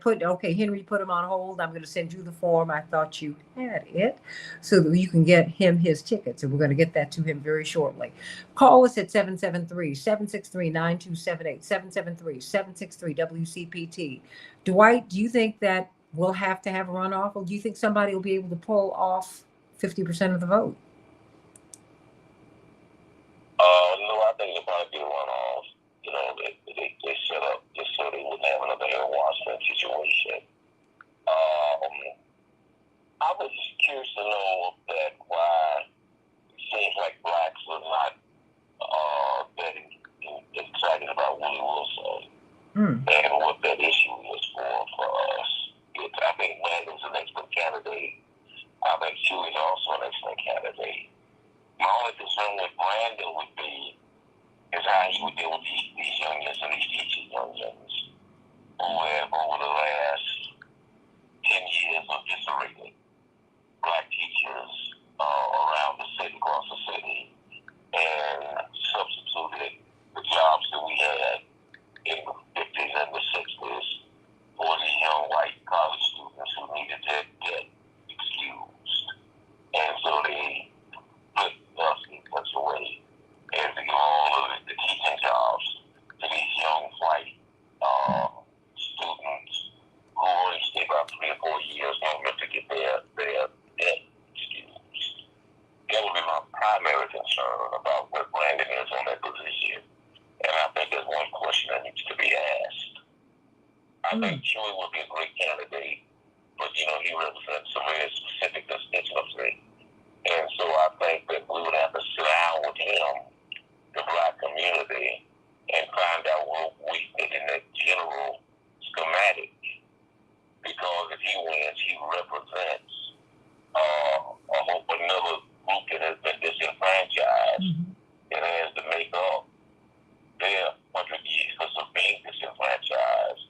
And there's no doubt much of it will be at our expense. And I think we have to do that candidate by candidate so that we will know, where our benefits lie and why we're supporting who we're supporting. And it's just not an emotional support. It's strategic support that deals with our long range involvement in the transference of these resources. And then lastly, we have to understand how this game is played and who plays this game. For example, one of the things that has come out of this, and I always talk about these ethnic groups, is because the Irish and the have been dominant in politics and the police forces and the unions and the families. One of the things they deal with these public pension funds, the Irish politicians, they lock the cost of living increase into the very constitution of the state. And so that it has become, for the most part, an Irish annuity for generations. And so what it really is a transfer of our money, the tax money, to them by law that can't be challenged. And so they get richer and richer and we get poor and poor because politics, they have that much power. But if we don't understand that, we be working against ourselves. And become manipulated by these different groups because they have a more fundamental understanding of how politics work than many of us and have no problems being perceived as machine politicians or power politicians or sharing those resources because they don't have the same conflicts we have about being perceived as racist or unfair or not the mayor of the whole community. Well, I will say, I will say to Chuy Garcia's credit, he has worked on building coalitions for decades, and that's very, very helpful because coalition politics is going to be it's the way of the future. That having been said, each composite within the coalition needs to be strong. And, we can never forget that either. So, I mean, why don't you think Willie Wilson has gained more traction? Well, in broader parts of the Black community, because I think that in with a particular element, particularly with working class people, he and the church community, he's gained a lot of traction, Carl. And I'm glad you brought that question to me, because I was going to say, there are two sleeper horses to me in this race. The one of them is Brandon Johnson. He's going to be a sleeper horse, of course. And then there's Willie Wilson. And I think Willie Wilson, his campaign is quiet. But you got to remember, Willie Wilson won all the Black wards when he ran the last time, and he had gifted those to Mayor Lightfoot when he endorsed her. So it's not like Willie is being. I think that the church community is all going to go. You're talking about the elderly in the church, the 50 plus, 60 plus, are going to go with Willie because of his long-standing association with the churches, and they all supported him. I think Willie is going to be a sleeper horse this time around. It's going to really surprise people and be his number. He may be in the runoff with Brandon Johnson. He may be in the runoff with. I just don't think Chewy's going to make the runoff. I think people giving Chewy more credit than in terms of what people care about him in the community. Because most of my peers, right, in my generation, and we vote, Chewy ain't run our radar. Like, who is he? What has he ever done that we've seen significantly? Now, whatever you say, Santita, and you, the other gentleman, we know in our peer group, we ain't even thinking about you. He don't even touch the radar. Like, he just came out of nowhere. So most people know he's been a congressman. And we saying him, we ain't associate with him. So the church is really going to bring Willie up. It's that upper echelon of Black people, unfortunately, that have their own stigma about wealth, and then about poverty and lower class people that really keeps Willie out of their lips. But it doesn't really matter, because ultimately it's the people. Next to Brandon, but there's going to be sleeper horses in this race. It's going to get more than what we thought. They may be neck and neck at the runoff. Absolutely. I mean, look, he's taken hits on speech and degree, pedigree, all of that. But at the end of the day, God lifts you up. It just doesn't matter. What matters are the people and who wants you in. I have lived that my whole life. At the end of the day, when Reverend ran for president, it was a people's draft, Carl. And Dwight McKee remembers that, and Aaron and CK. Reverend was trying to get Maynard Jackson or Andrew Young to run for president. He said, because you're more acceptable. Because Reverend was the renegade, and he didn't have, the soft, the smooth edges of an Andrew Young or even a Maynard Jackson, and he didn't have their electoral records. And so, but it was the people who said, no, we want you. While he's making the case for almost a year why a Black person should run and why they should do it. But they didn't do it. Maynard Jackson had just gotten remarried and had a new baby. And Uncle Andy said, I just don't know if this is a great idea, Jesse. I don't know. And there you have it. And the people started calling for him to run. No, you run. You do it. So, at the end of the day, that's just, we have our class issues just like everybody else. We do. But let me move this around. I mean, what are you seeing with this election in a couple of minutes? In a couple of minutes, Aaron. Aaron, you there? Well, oh, okay. Good morning. Can you hear me okay? Oh, yeah. Okay. Well, I loved hearing the enthusiasm from some of these callers about the work we've seen candidate Brandon Johnson do in the community as an organizer, as a county commissioner in recent years, making sure that our health care in Cook County is a priority through COVID, through uncertain times where he was focused on getting families in Cook County cash transfer funds for those extra expenses, as we often talk about here in your show, Santita, the price of gas and choosing between that and medication. So I think all of those pieces are relevant. But as we know, with the political situation in Chicago, you have to work in broad-based coalitions. So that doesn't just mean meeting and supporting your friends and the people who follow your movement, but getting real deals done for all of the people in the city with complex interests and priorities. And I think we have some really dedicated public servants that can effectively bridge those gaps and find that common ground. And that's another piece we talk about here and with Keep Hope Alive, that there's always a place where we have respect, where we have decorum, where we have diplomacy. And I believe there's, candidates like Brandon Johnson, Chewy Garcia, who have formed these diverse coalitions throughout the years, have the ability to bring those folks together and ultimately do what's the right thing to do for our city, which is more jobs, safer schools, safer streets, and providing the services that we're paying these exorbitant property taxes for in Chicago, right? We want things to work. We want park districts that are funded. We want libraries that are open and operating. We want our streets plowed on time, and we don't want to have to give favors to do it like the old Chicago way. So I think we have some opportunities to make that happen. CK, I mean, I know you're not from Chicago, but you are involved in politics in Atlanta and nationally. I mean, what should we be looking for? I mean, if you were in Chicago, what would you be looking for? What would your ask be? If I was in Chicago now, Santita, that would be for a candidate who can pivot with the times. Talk is cheap. We always see a lot of political people, especially when they're running, make a lot of promises.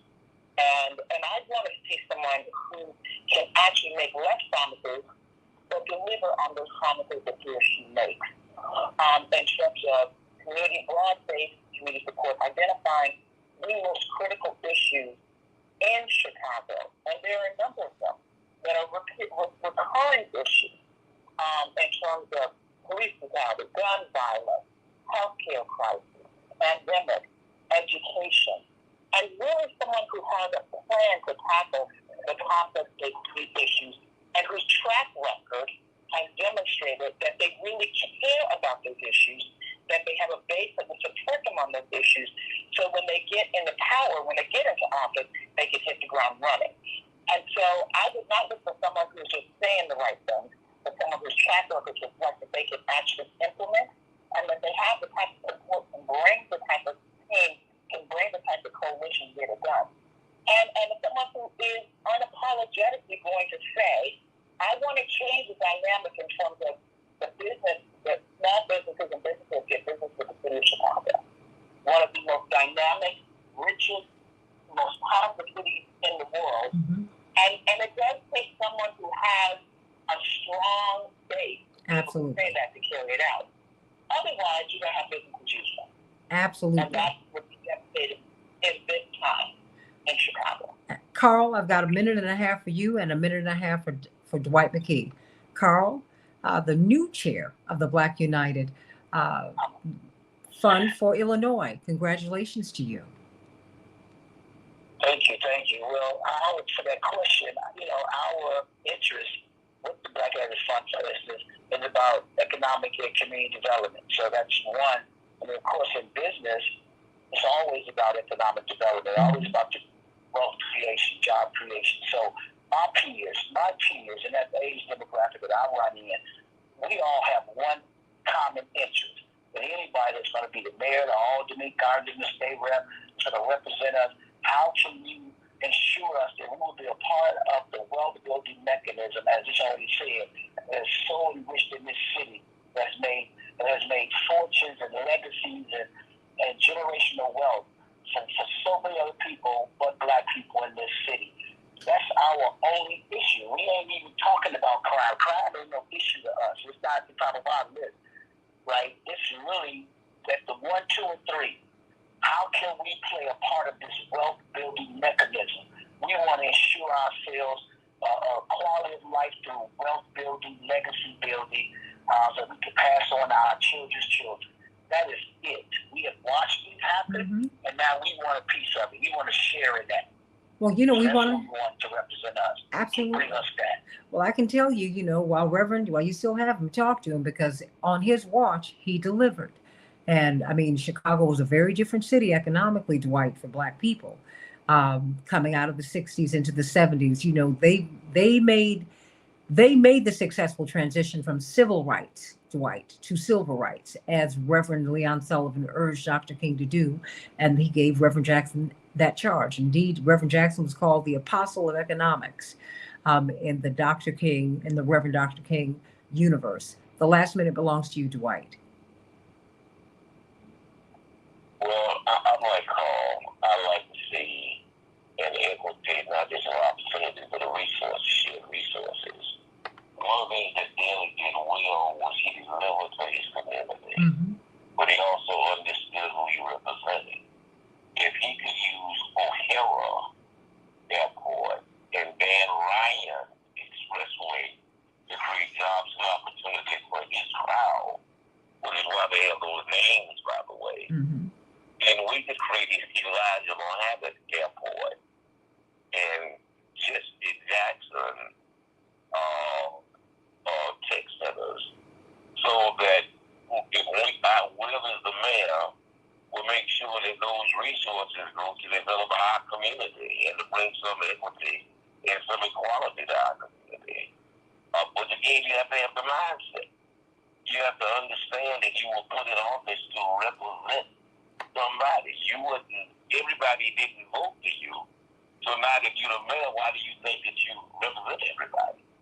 Why do you think you have an obligation to make sure everybody is inclusive when 50% of people was working against you? It's a mindset. Well, As opposed to you focus on the 50% who really helped you and the disenfranchised to bring them up to speed to the 50% who have the resources who work against you. Well, I have to tell you what, it's a both and. You have to work with the people who worked against you, and if you have to work for the people who worked for you, who put you there. It's both. Because we have a responsibility when we go into power to handle power in the right way. I don't want to do it the way everybody else has done it. I want us to come up with something new where we are fair and where we reward our friends, but you don't disfavor anyone. Bring everybody in, nobody out. Going to continue to talk about this race, everybody. Congratulations to the winners, January 26th. The WCPT Mayoral Forum. You don't want to miss it. I love you, everybody. God bless you. Thank you, Carl West and C.K. Hoffler and Aaron Connolly and Dwight McKee. God willing, be with you tomorrow on the Santita Jackson Show. God bless. Yes. Have a good day.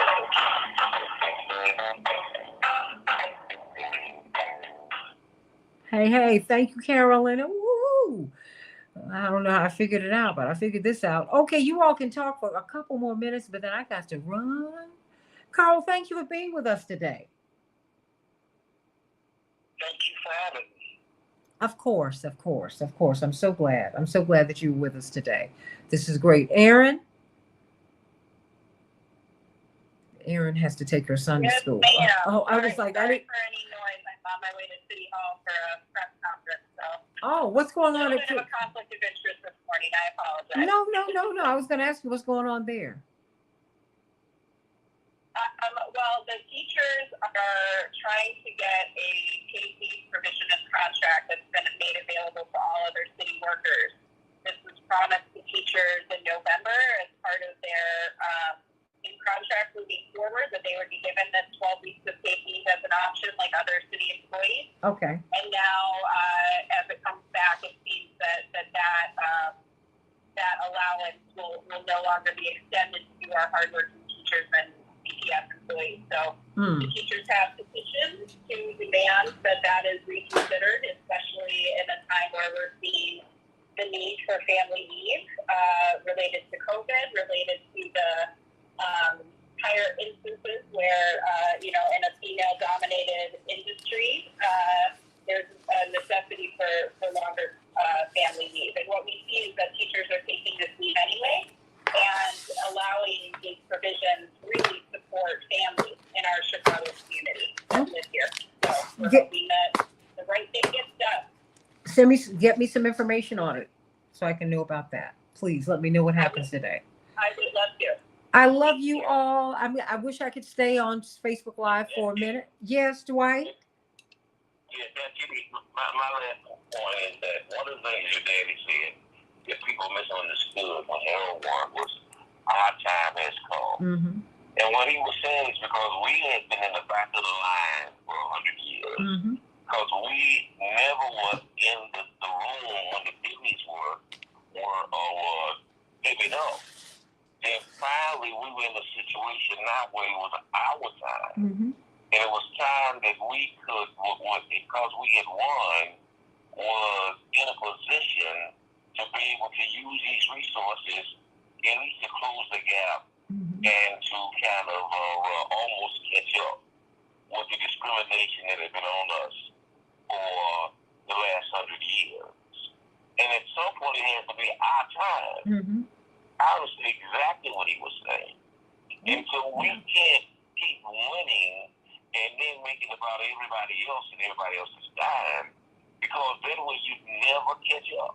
True. It was really a brilliant insight when he would say, our time is now. Yeah, but what he also did say, and you heard it in his November 3rd, 1983 presidential announcement speech. While our time has come, that means your time has come too. We're going to do this fairly. That having been said, you're going to have you're going to have an American campaign from a Black perspective. And it will be driven by our experience. Doesn't exclude you. In fact, if you really, really look at life, the way life really does work, it includes you. So that's what I mean about being, not about being fair. I don't want to be the tyrant. I don't want to become the tyrant that I have fought. That having been said, I think that our history of advocacy for Black people and for all people under the boot cannot be challenged. And you still, when you get into power, you want to do things in a way where you include people. Harold Washington included people. It was just the first time we saw Black people included. And that's a real, real big deal. And so whenever you include Black people, everybody goes, oh my God, they're coming. No, this is about making it fair. I just want people to stay fair. But I love you all, everybody. I got to run because I got to get out of here. But I love you. Carl, CK, Dwight, Aaron. I love you. Morning Stars. I love y'all. Love you. And I'll see you tomorrow on the Santita Jackson Show. God bless.